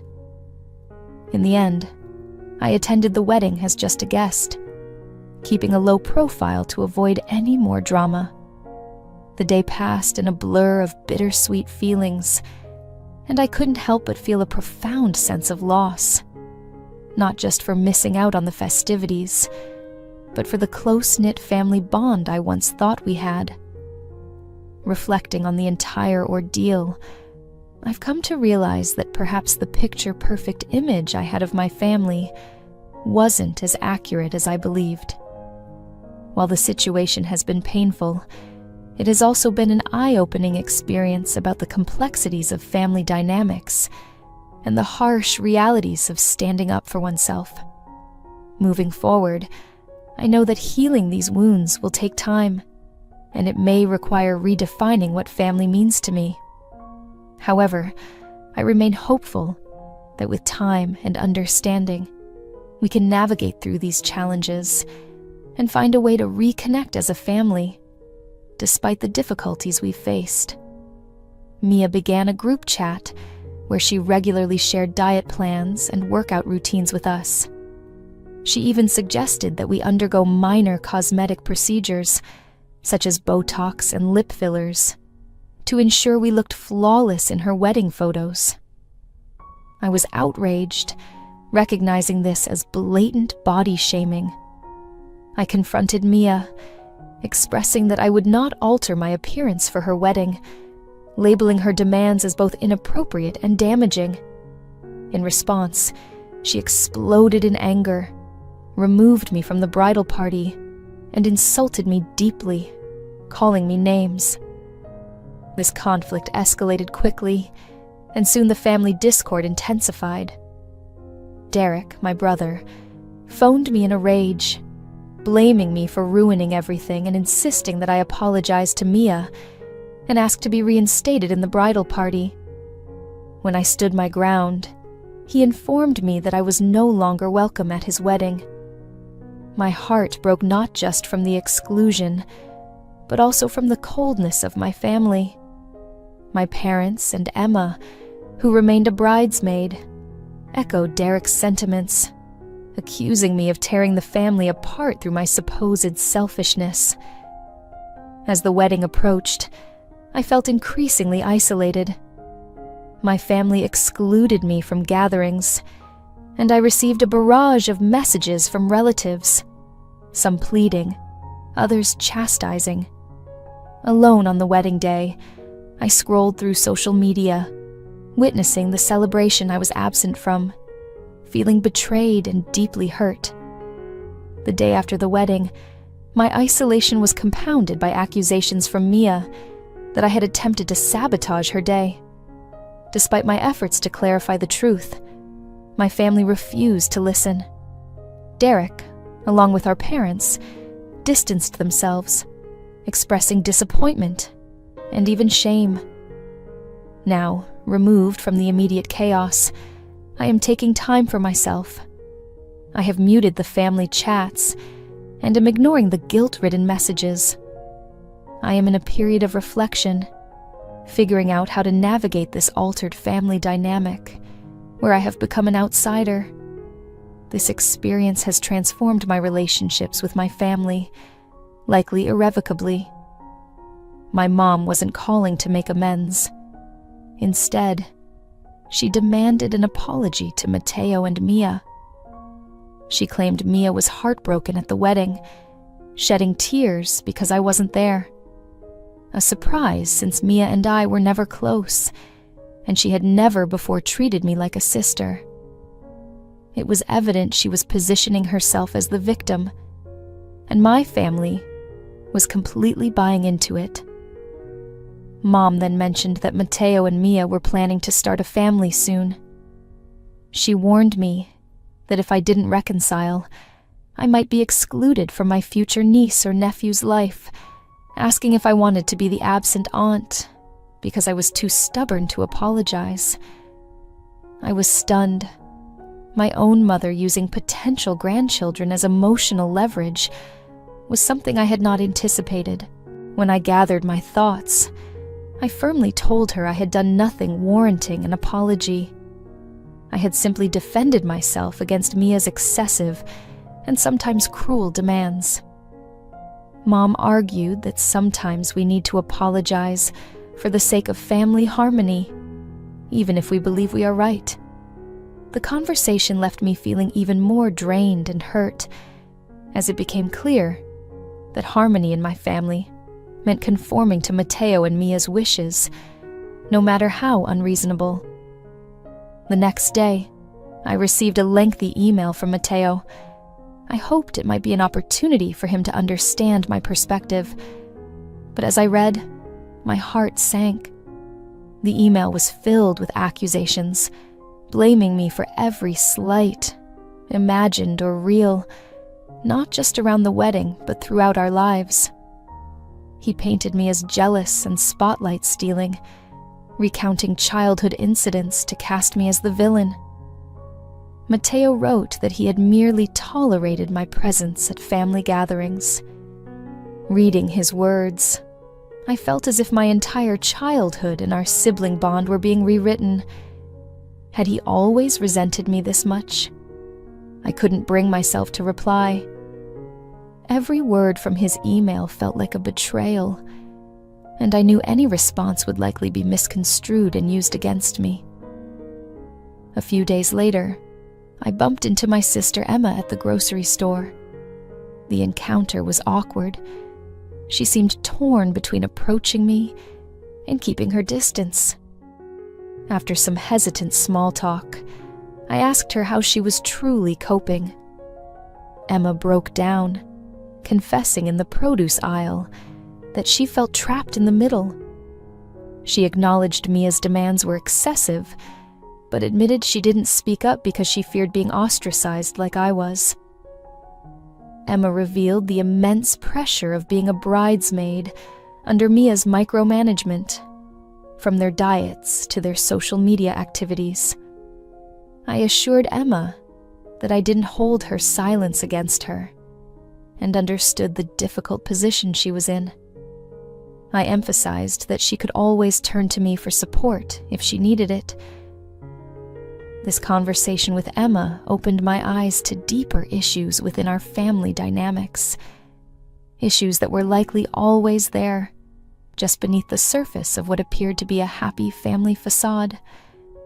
It led me to decide to seek professional help to navigate these newfound revelations and begin healing. Seeking another perspective was crucial, especially since Reddit, while often supportive, also had its share of negative comments. I turned to a therapist for guidance through these tumultuous times. During our initial meeting, the therapist illuminated that my family was more focused on maintaining the appearance of harmony than fostering genuine, healthy relationships. She interpreted my brother's accusatory email as a display of his own insecurities, suggesting it was classic projection and gaslighting. Furthermore, She hypothesized that my parents' insistence on apologies could be driven by their deep-seated aversion to conflict, maintaining the unhealthy status quo to avoid disruption.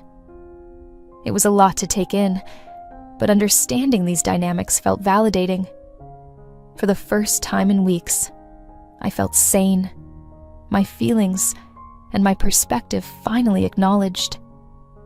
The therapist advised setting firm boundaries with my family and suggested a unique method of processing my feelings, writing unsent letters to each family member. This exercise proved cathartic. I addressed letters to Derek, Mia, my parents, and Emma, articulating all the pent-up emotions and thoughts. After reflecting through writing, I resolved to stop seeking my family's approval. I decided not to apologize for defending myself and to reject their distorted narrative. I chose to temporarily distance myself from all family interactions, to heal and contemplate the future nature of our relationships. This decision, although difficult, seemed necessary as each interaction left me feeling undervalued and drained. I communicated my decision to my family via a concise message, explaining the need for a break to prioritize my mental health. The reactions varied. My mother sent a lengthy, guilt-ridden reply. My father responded with a simple acknowledgement. Emma expressed understanding and support. Derek and Mia did not respond at all. It's been a challenging week since that message. There are moments of doubt, where I'm tempted to reach out and mend things, but recalling the pain they caused fortifies my resolve. I'm now focused on self-care, a journey that I know won't be straightforward. There will be family events I'll miss, and likely be discussed at, but maintaining distance is essential for my mental health. The time apart has been immensely healing, confirming my therapist's advice about setting boundaries. However, family complications persist. About a month ago, Emma contacted me in distress. With my absence, she has become the new focus of Mia's impositions and our parents' expectations. Mia is now coercing her to be a bridesmaid at a friend's wedding, framing it as a gesture of sisterly love and compensation for my absence at their wedding. This revelation was startling, especially since Emma had always been vocal about her discomfort with Mia's demands. The ongoing drama underscored the persistent toxicity in our family dynamics, a reality we both continue to navigate as we strive to uphold our boundaries and protect our well-being. Emma recently expressed her reluctance to engage in large social gatherings, particularly after experiencing the intense atmosphere at Derek and Mia's wedding. It was baffling that Mia attempted to coerce her into such situations, and even more so, that our family supported it. Overwhelmed, Emma asked if she could stay with me temporarily to escape the pressure. Naturally, I welcomed her. Living together, we shared countless conversations about our childhood, our family dynamics, and the recent wedding events. Emmy opened up about feeling overshadowed by Derek, who was always seen as the golden child, and by me, the family rebel.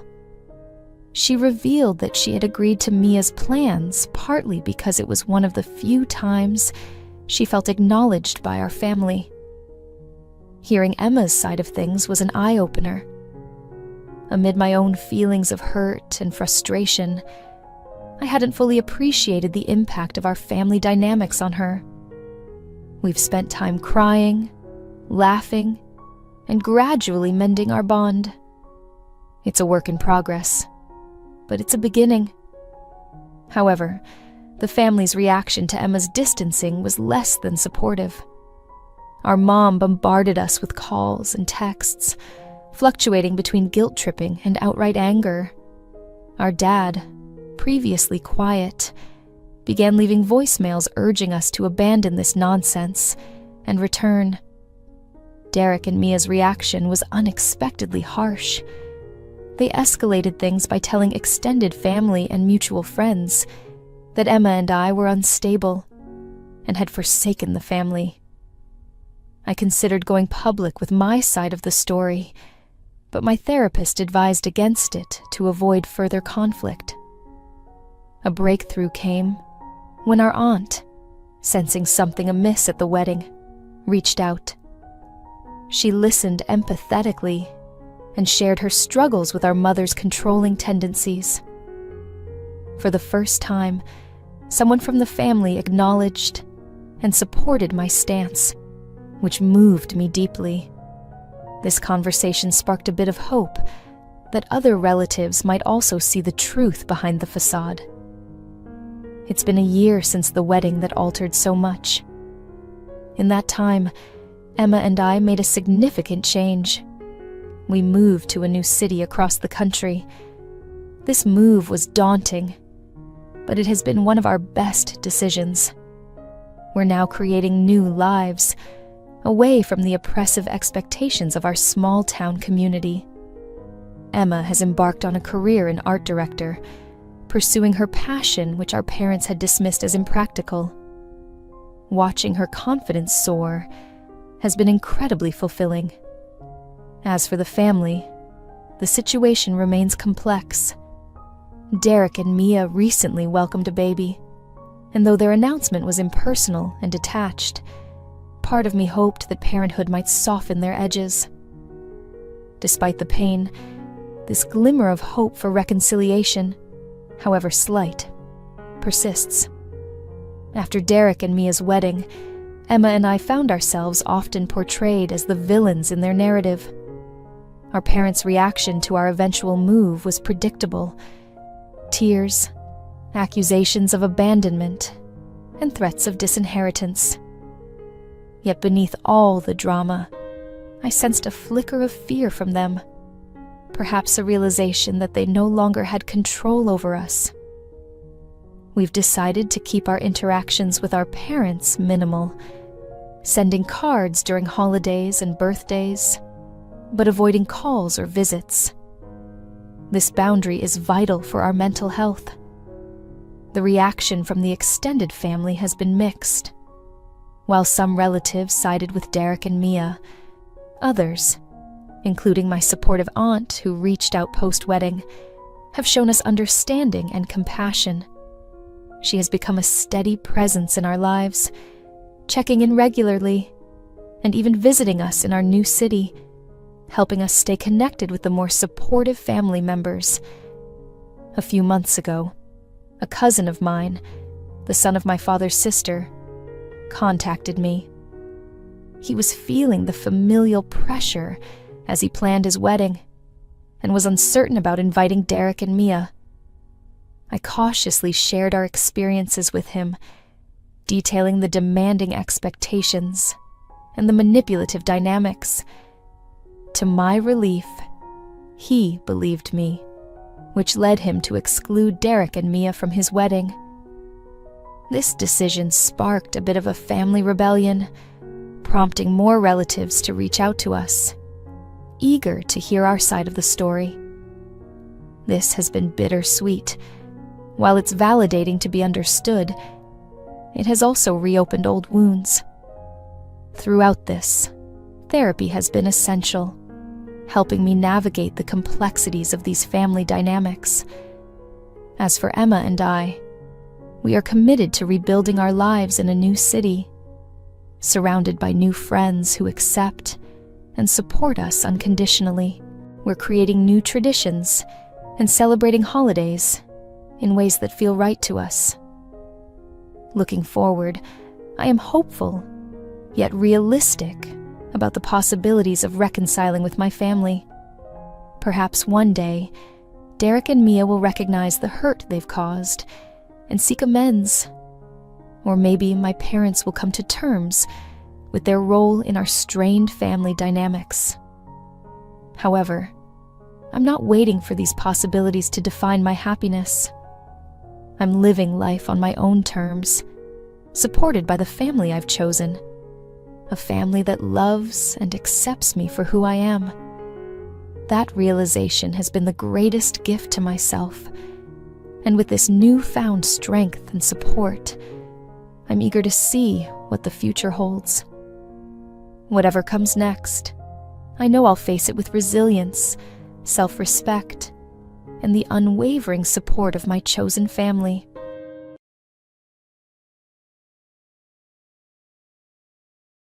I have always deeply appreciated my adoptive mom who saved me from a troubled past, and I owe her my well-being.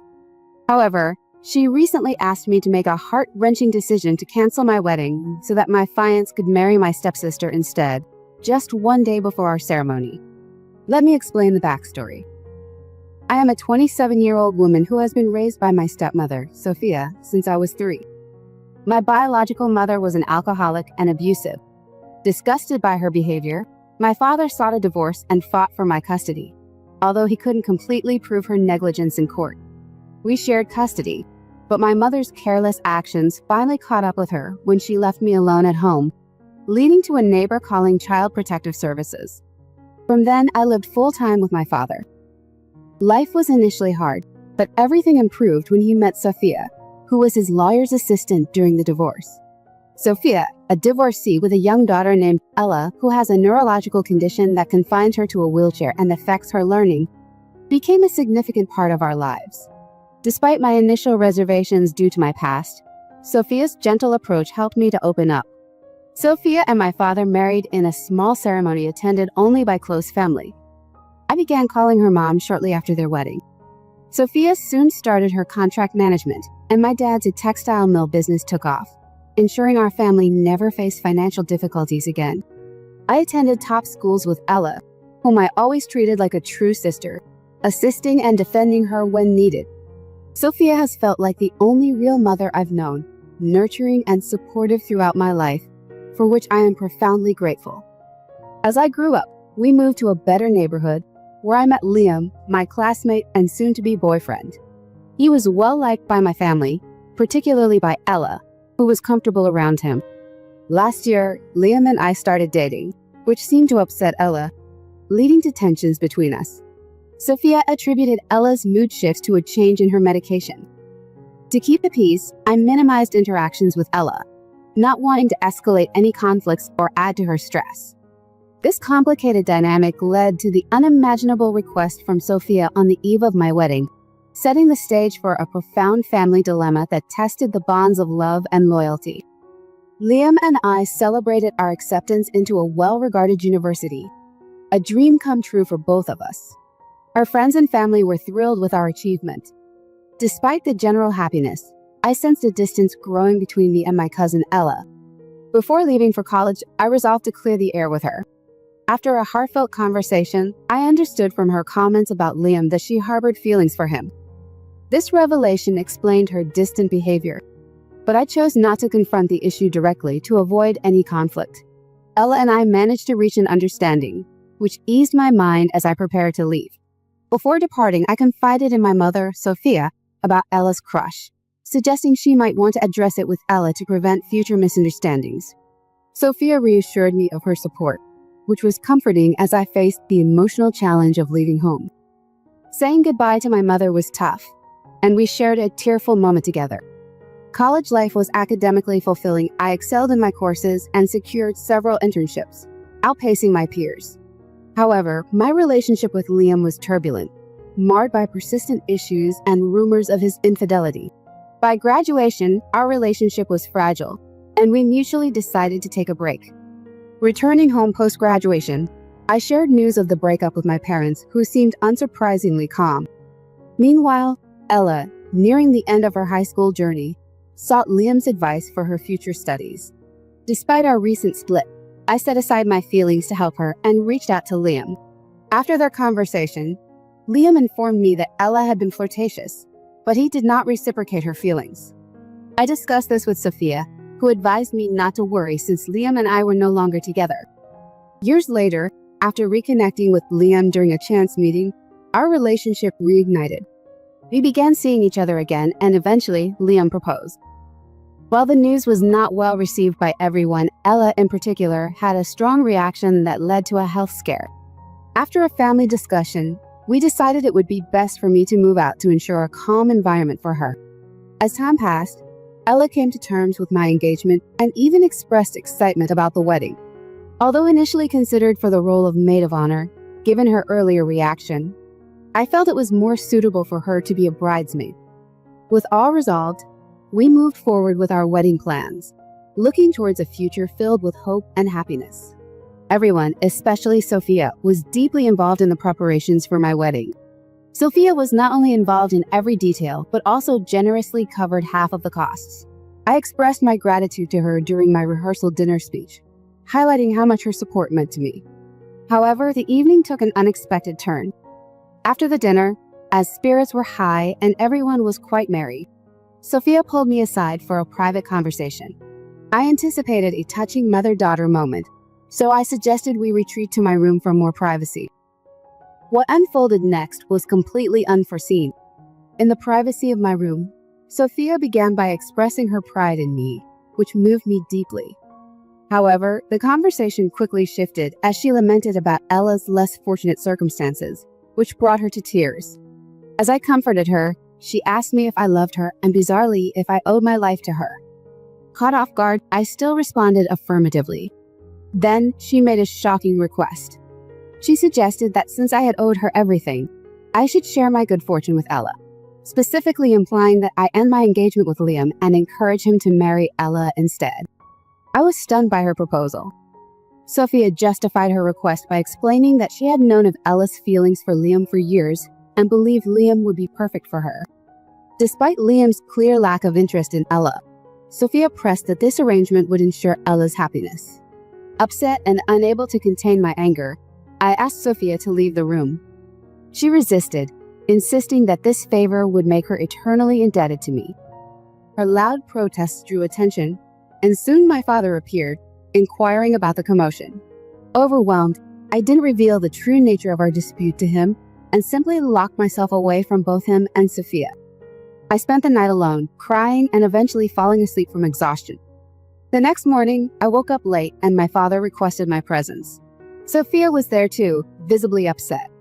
My father expressed his disappointment over my actions the previous night, unaware of Sophia's unreasonable demand. As I was about to explain, Sophia subtly pressured me not to disclose the details. Before I could speak further, a scream from Ella's room interrupted us. She had slipped in the bathroom and needed immediate medical attention.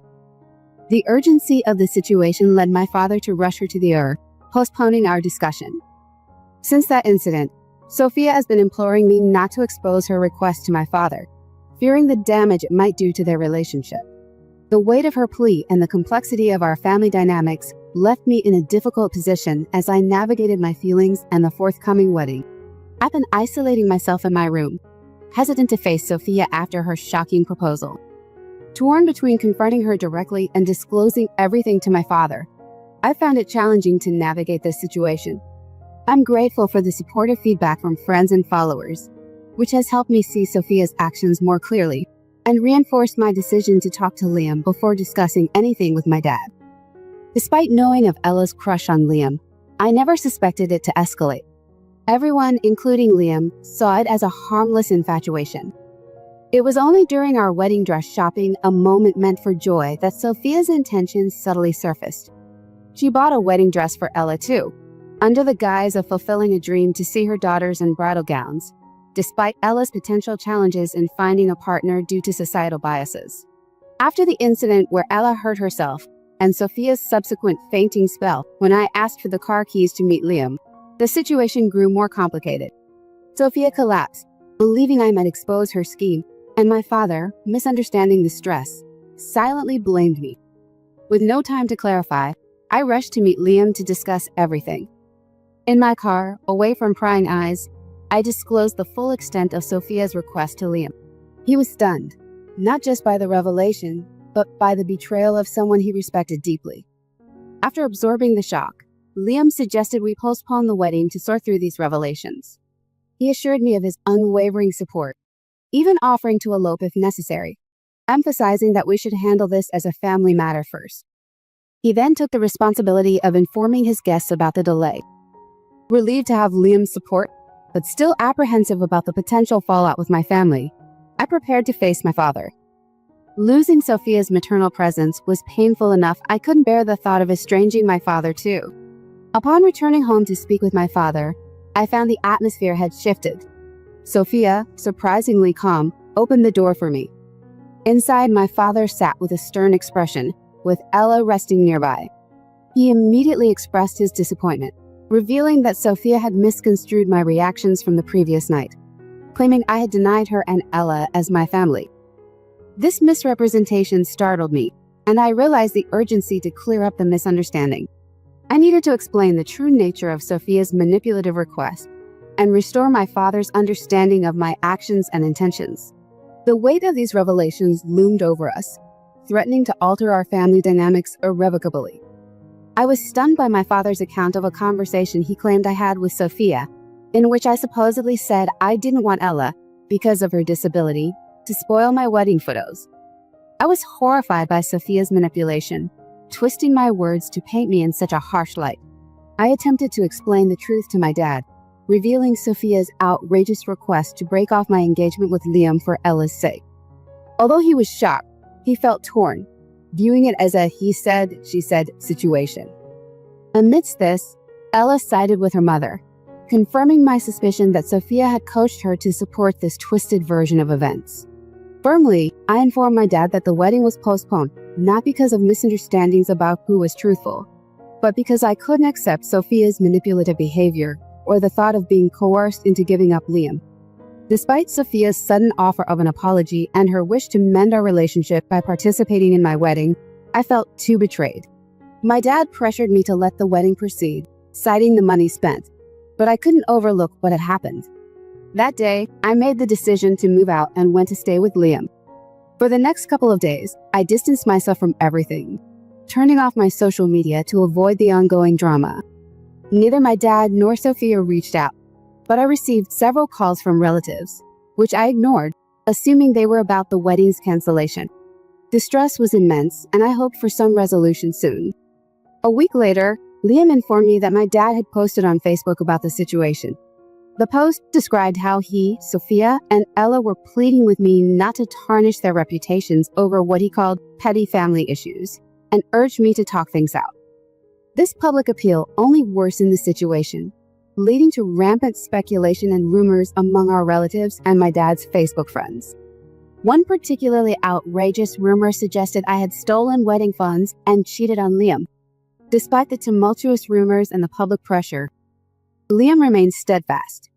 He reassured me of his unwavering intention to marry me, regardless of the challenges. His support was a solace amidst the chaos. I hadn't yet responded to the Facebook post, but planned to approach my parents rationally before any major confrontation to clarify the truth and hopefully find some peace. As I prepared for this necessary but daunting task, I hoped to mend at least some of the fractures that had appeared in my family relationships. That evening took an unexpected turn when I received a call from my grandmother, my biological mother's mother. She's always been a crucial part of my life, often shielding me from my mother's issues and even financially supporting my father. She typically stays out of our family disputes, so her involvement now signaled something significant. Upon learning about the recent events, my grandmother confronted my father to hear his side, which unfortunately mirrored Sophia's manipulated version of the story. Trusting her instincts and her bond with me, she reached out to hear what I had to say. She couldn't fathom how I, who loved Sophia and Ella deeply, could be accused of such hurtful sentiments. I was relieved and emotional, feeling supported for the first time in this ordeal, and I poured out the entire story to her. My grandmother was appalled at Sophia's actions and reassured me that we would find a way through this mess.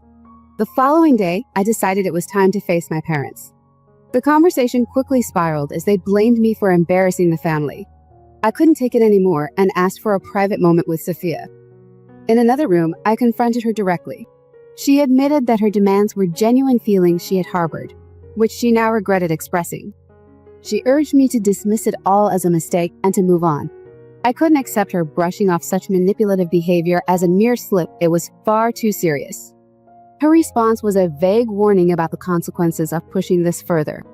Frustrated, I sought a final plea for understanding from my dad, asking if he could possibly believe my account of Sophia's demands. His answer was disheartening. He refused to accept that Sophia could do something so malicious, choosing instead to doubt his own daughter. Feeling utterly betrayed, I left their house as they later spread rumors that I had abandoned them and cut off contact. Amidst this turmoil, my grandmother had been quietly formulating a plan. Liam and I decided to visit her at her country home. There, she proposed a radical idea. Why not sidestep the drama and elope right there in her backyard? Liam and I loved the simplicity and sincerity of the idea. His parents agreed enthusiastically when he called them. The very next day, my grandmother arranged for a local priest. And just like that, Liam and I were married. He announced our marriage on Facebook, which, although it attracted some comments, we chose to ignore until later. Seeing the post, my dad and Sophia recognized the setting and began bombarding my grandmother with calls and messages. She coolly reminded them of their own negative behavior towards me and shut down the conversation. Later, I shared the painful details of my last encounter at home with her. I expressed a desire to expose Sophia's manipulative tactics to my father, hoping to clear my name, suspecting that even Ella might be aware of her mother's schemes. My grandmother then revealed her plan, leveraging a substantial amount of alimony she had saved from her divorce. She intended to use this influence to bring the truth to light and protect me from further harm, showing a level of cunning and support that made me feel incredibly fortunate to have her in my corner. As we discussed her strategy, I felt a mix of apprehension and relief, hopeful that soon everything would come to a head. After getting married to Liam and settling into life with my supportive grandmother, I was thrown another curveball when she revealed a bold plan involving her alimony funds. Knowing the nature of my dad and Sophia, she suspected they would show interest if money was mentioned. Her plan was to lure them into admitting their wrongdoing by pretending she'd give me all her alimony money to start afresh after they had supposedly abandoned me.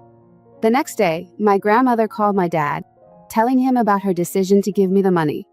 As predicted, this news brought them my dad, Sophia, and Ella to her house the following evening. They offered congratulations to Liam and me, but it was an uneasy celebration. That night, as dinner concluded, Sophia pulled me aside for a private conversation. She started by commenting on how peaceful my life seemed now, hinting at the money that was supposedly coming my way. I questioned her motives for this conversation, wary of her past manipulations. She admitted her actions on the night of my wedding discussion were wrong, apologizing for the undue pressure she put on me to break things off with Liam for Ella's sake. However, rather than expressing genuine remorse or a desire to mend our relationship, she shifted focus to Ella's needs, suggesting I give half of my supposed inheritance to help Ella, citing her difficult life and unrequited love for Liam. Throughout her plea, I remained silent, giving her enough rope to reveal her true intentions. Unbeknownst to Sophia, my dad had quietly followed us and was listening in from just outside the room. As Sophia wrapped up her manipulative spiel, I looked past her and locked eyes with my dad, who had overheard everything. Realizing her mistake, Sophia scrambled to backtrack, but it was too late.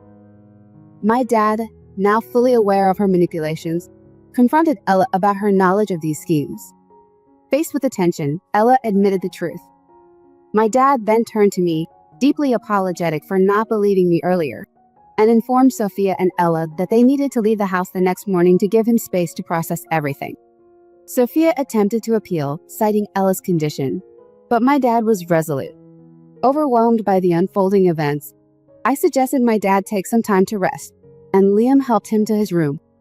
Sophia and Ella, realizing their position, retreated to another room for the night. That evening, the gravity of the situation hit me hard. Our family, once close-knit, had fractured dramatically. Liam comforted me, reassuring me that he was my true family now. The following day, Sophia and Ella departed, and after a heartfelt apology and some final conversations, my dad also left, agreeing to give me the space I needed to heal. Liam and I decided it was time to move on, and we left too, thanking my grandmother profusely for her unwavering support. I invited her to stay with us, hopeful for a visit next summer. Months later, I learned that my dad had filed for divorce from Sophia, but wished to remain a part of Ella's life, which Sophia resisted.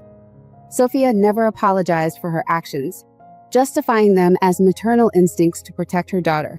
Relieved to be free from her influence, I was just happy to move forward with Liam by my side, grateful for the family I still had and the new life we were building together.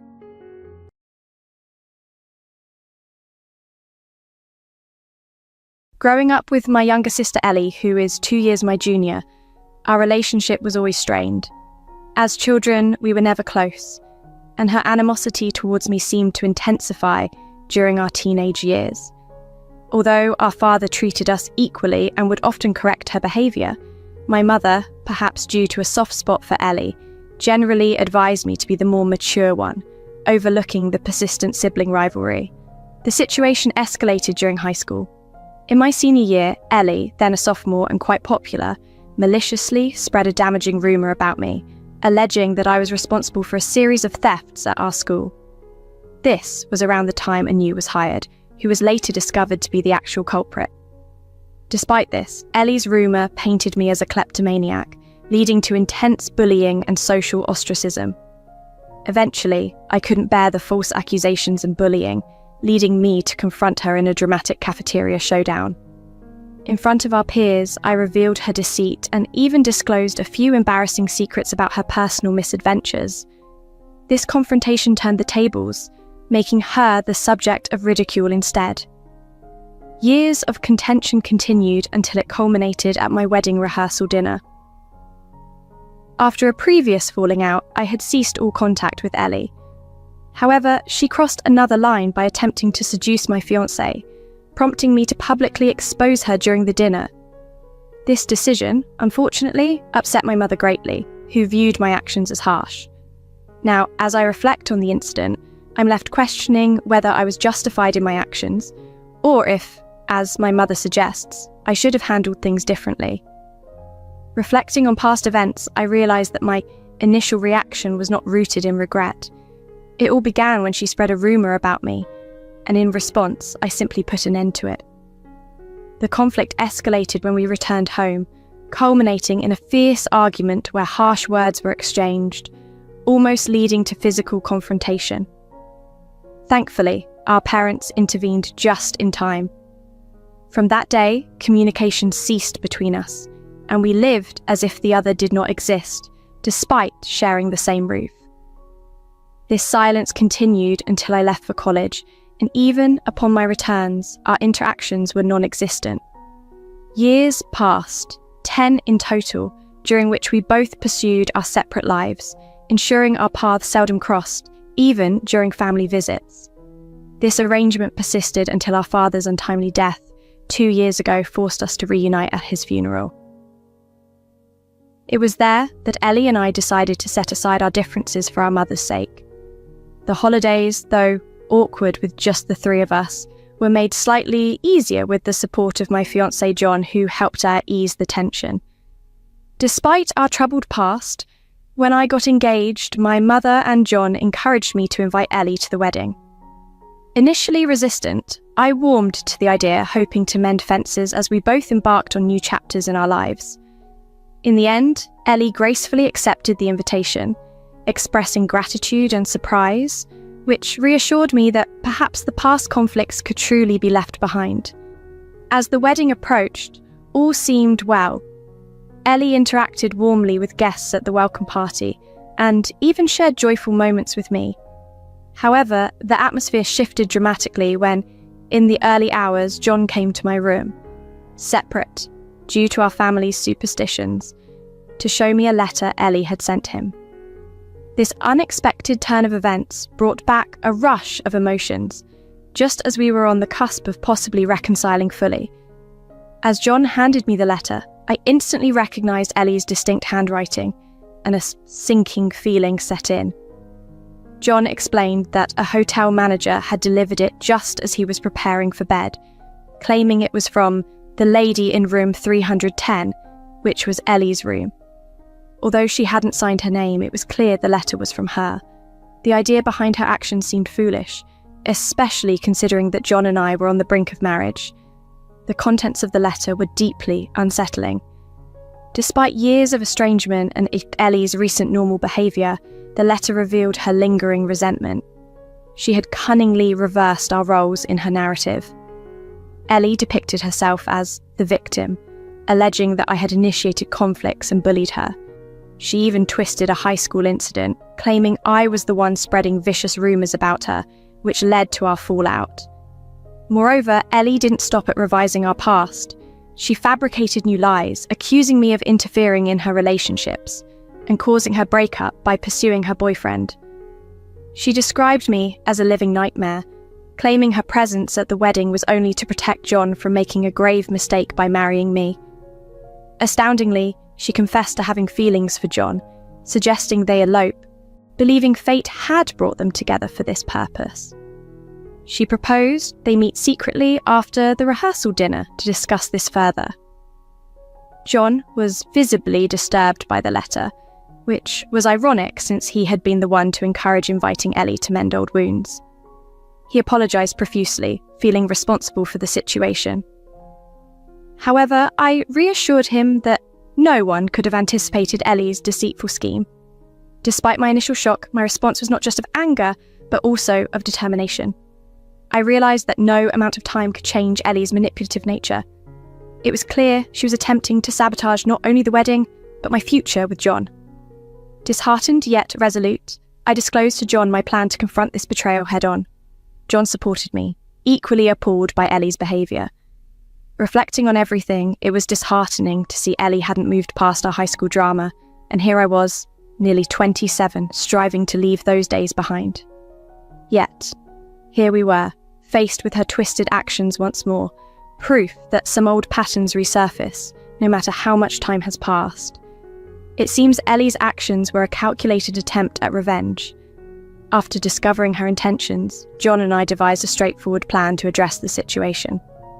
After spending some time discussing our approach in my room, John returned to his quarters to call Ellie. He agreed to meet her in the parking lot after the rehearsal dinner, as she had suggested in her letter, using his request for whiskey on ice as a cue for her to meet him. That evening, as the dinner was winding down, John signalled our plan into action by ordering the whiskey. True to the script, Ellie excused herself, supposedly heading to the restroom, but her actual destination was the parking lot. Instead of John meeting her, we both stood and revealed the existence of the letter and its contents to our stunned guests. We invited anyone curious to verify the truth by joining us in the parking lot. In the parking lot, we found Ellie visibly shocked, momentarily frozen like a deer in headlights. Realising she was caught, she tried to flee, but it was futile. The truth was out. The situation quickly turned chaotic, and I asked everyone except for close family to return to their rooms. With just my mother and in-laws remaining, we confronted Ellie in her room. It took several knocks before she opened the door, visibly upset. When she saw us, she attempted to lash out, but John intervened. I told her it was best she leave, and she silently began packing, her actions confirming she was ready to go.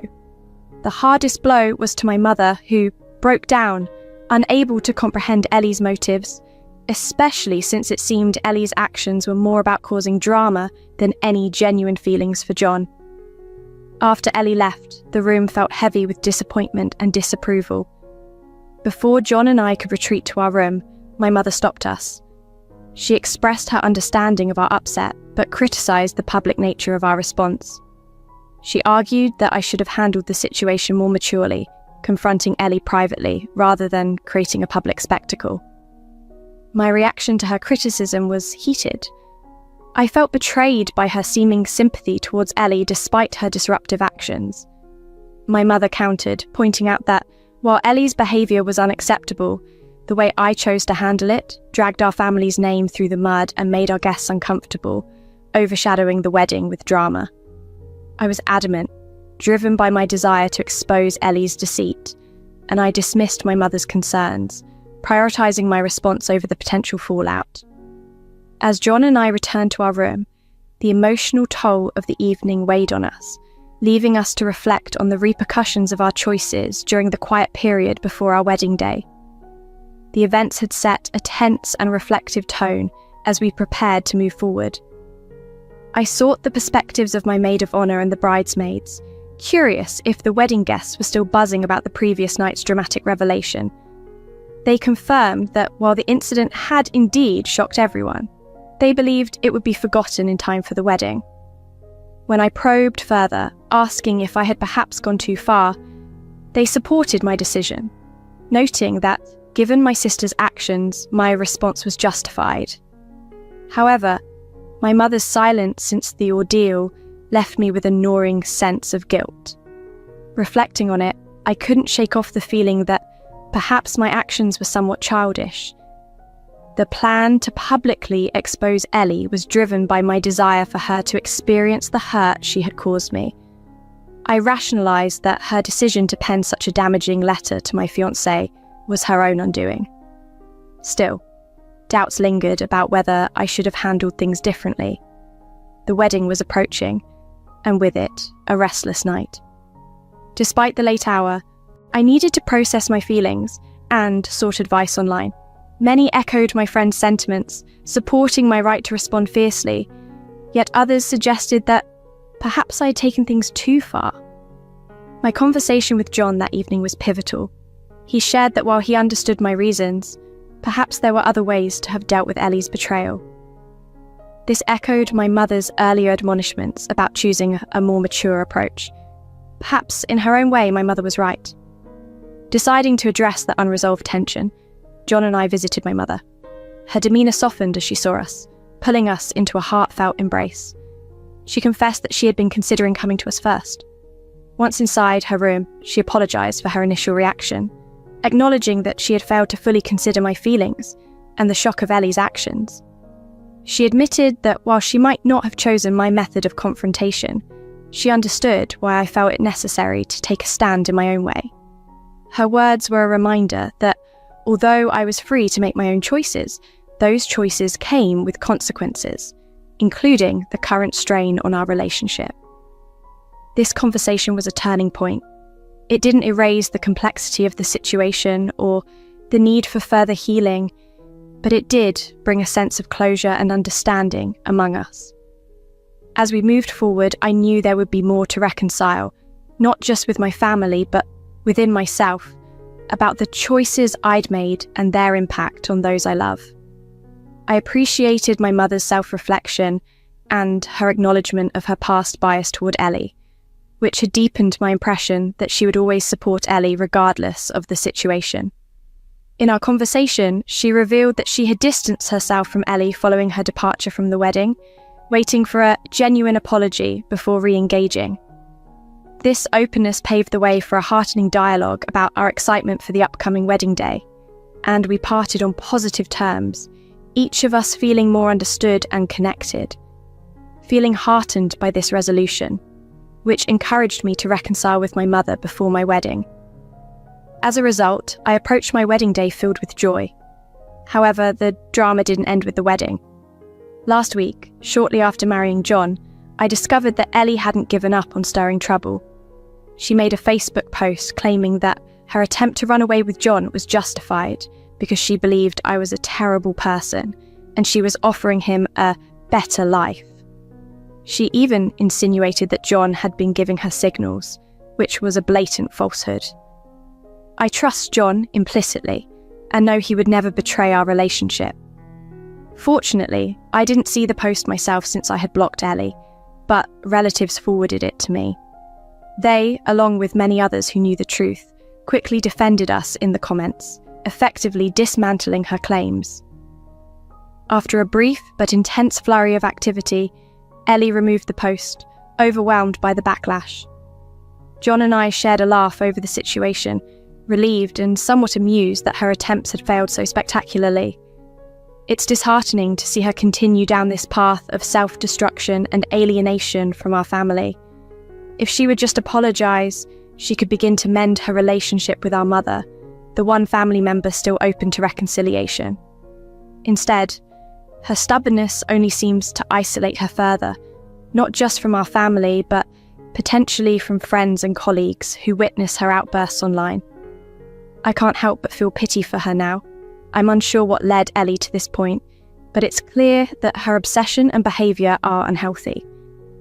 After discussing this with commenters online, many suggested that I should continue talking to my mum about the situation, perhaps to explore ways we might support Ellie in addressing her issues. If she's open to it.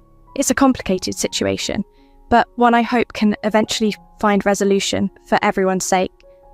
My curiosity about what might have triggered such intense resentment in my sister Ellie from around the age of 17 had been growing. I decided to call my mother to discuss any memories she had that might shed light on this shift in Ellie's attitude towards me.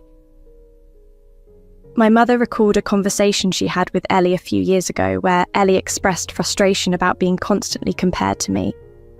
This was surprising, as I couldn't recall any family members who engaged in such comparisons, especially since we were quite similar in many ways, including our academic achievements and personal attributes. My mother then shared something I hadn't known before.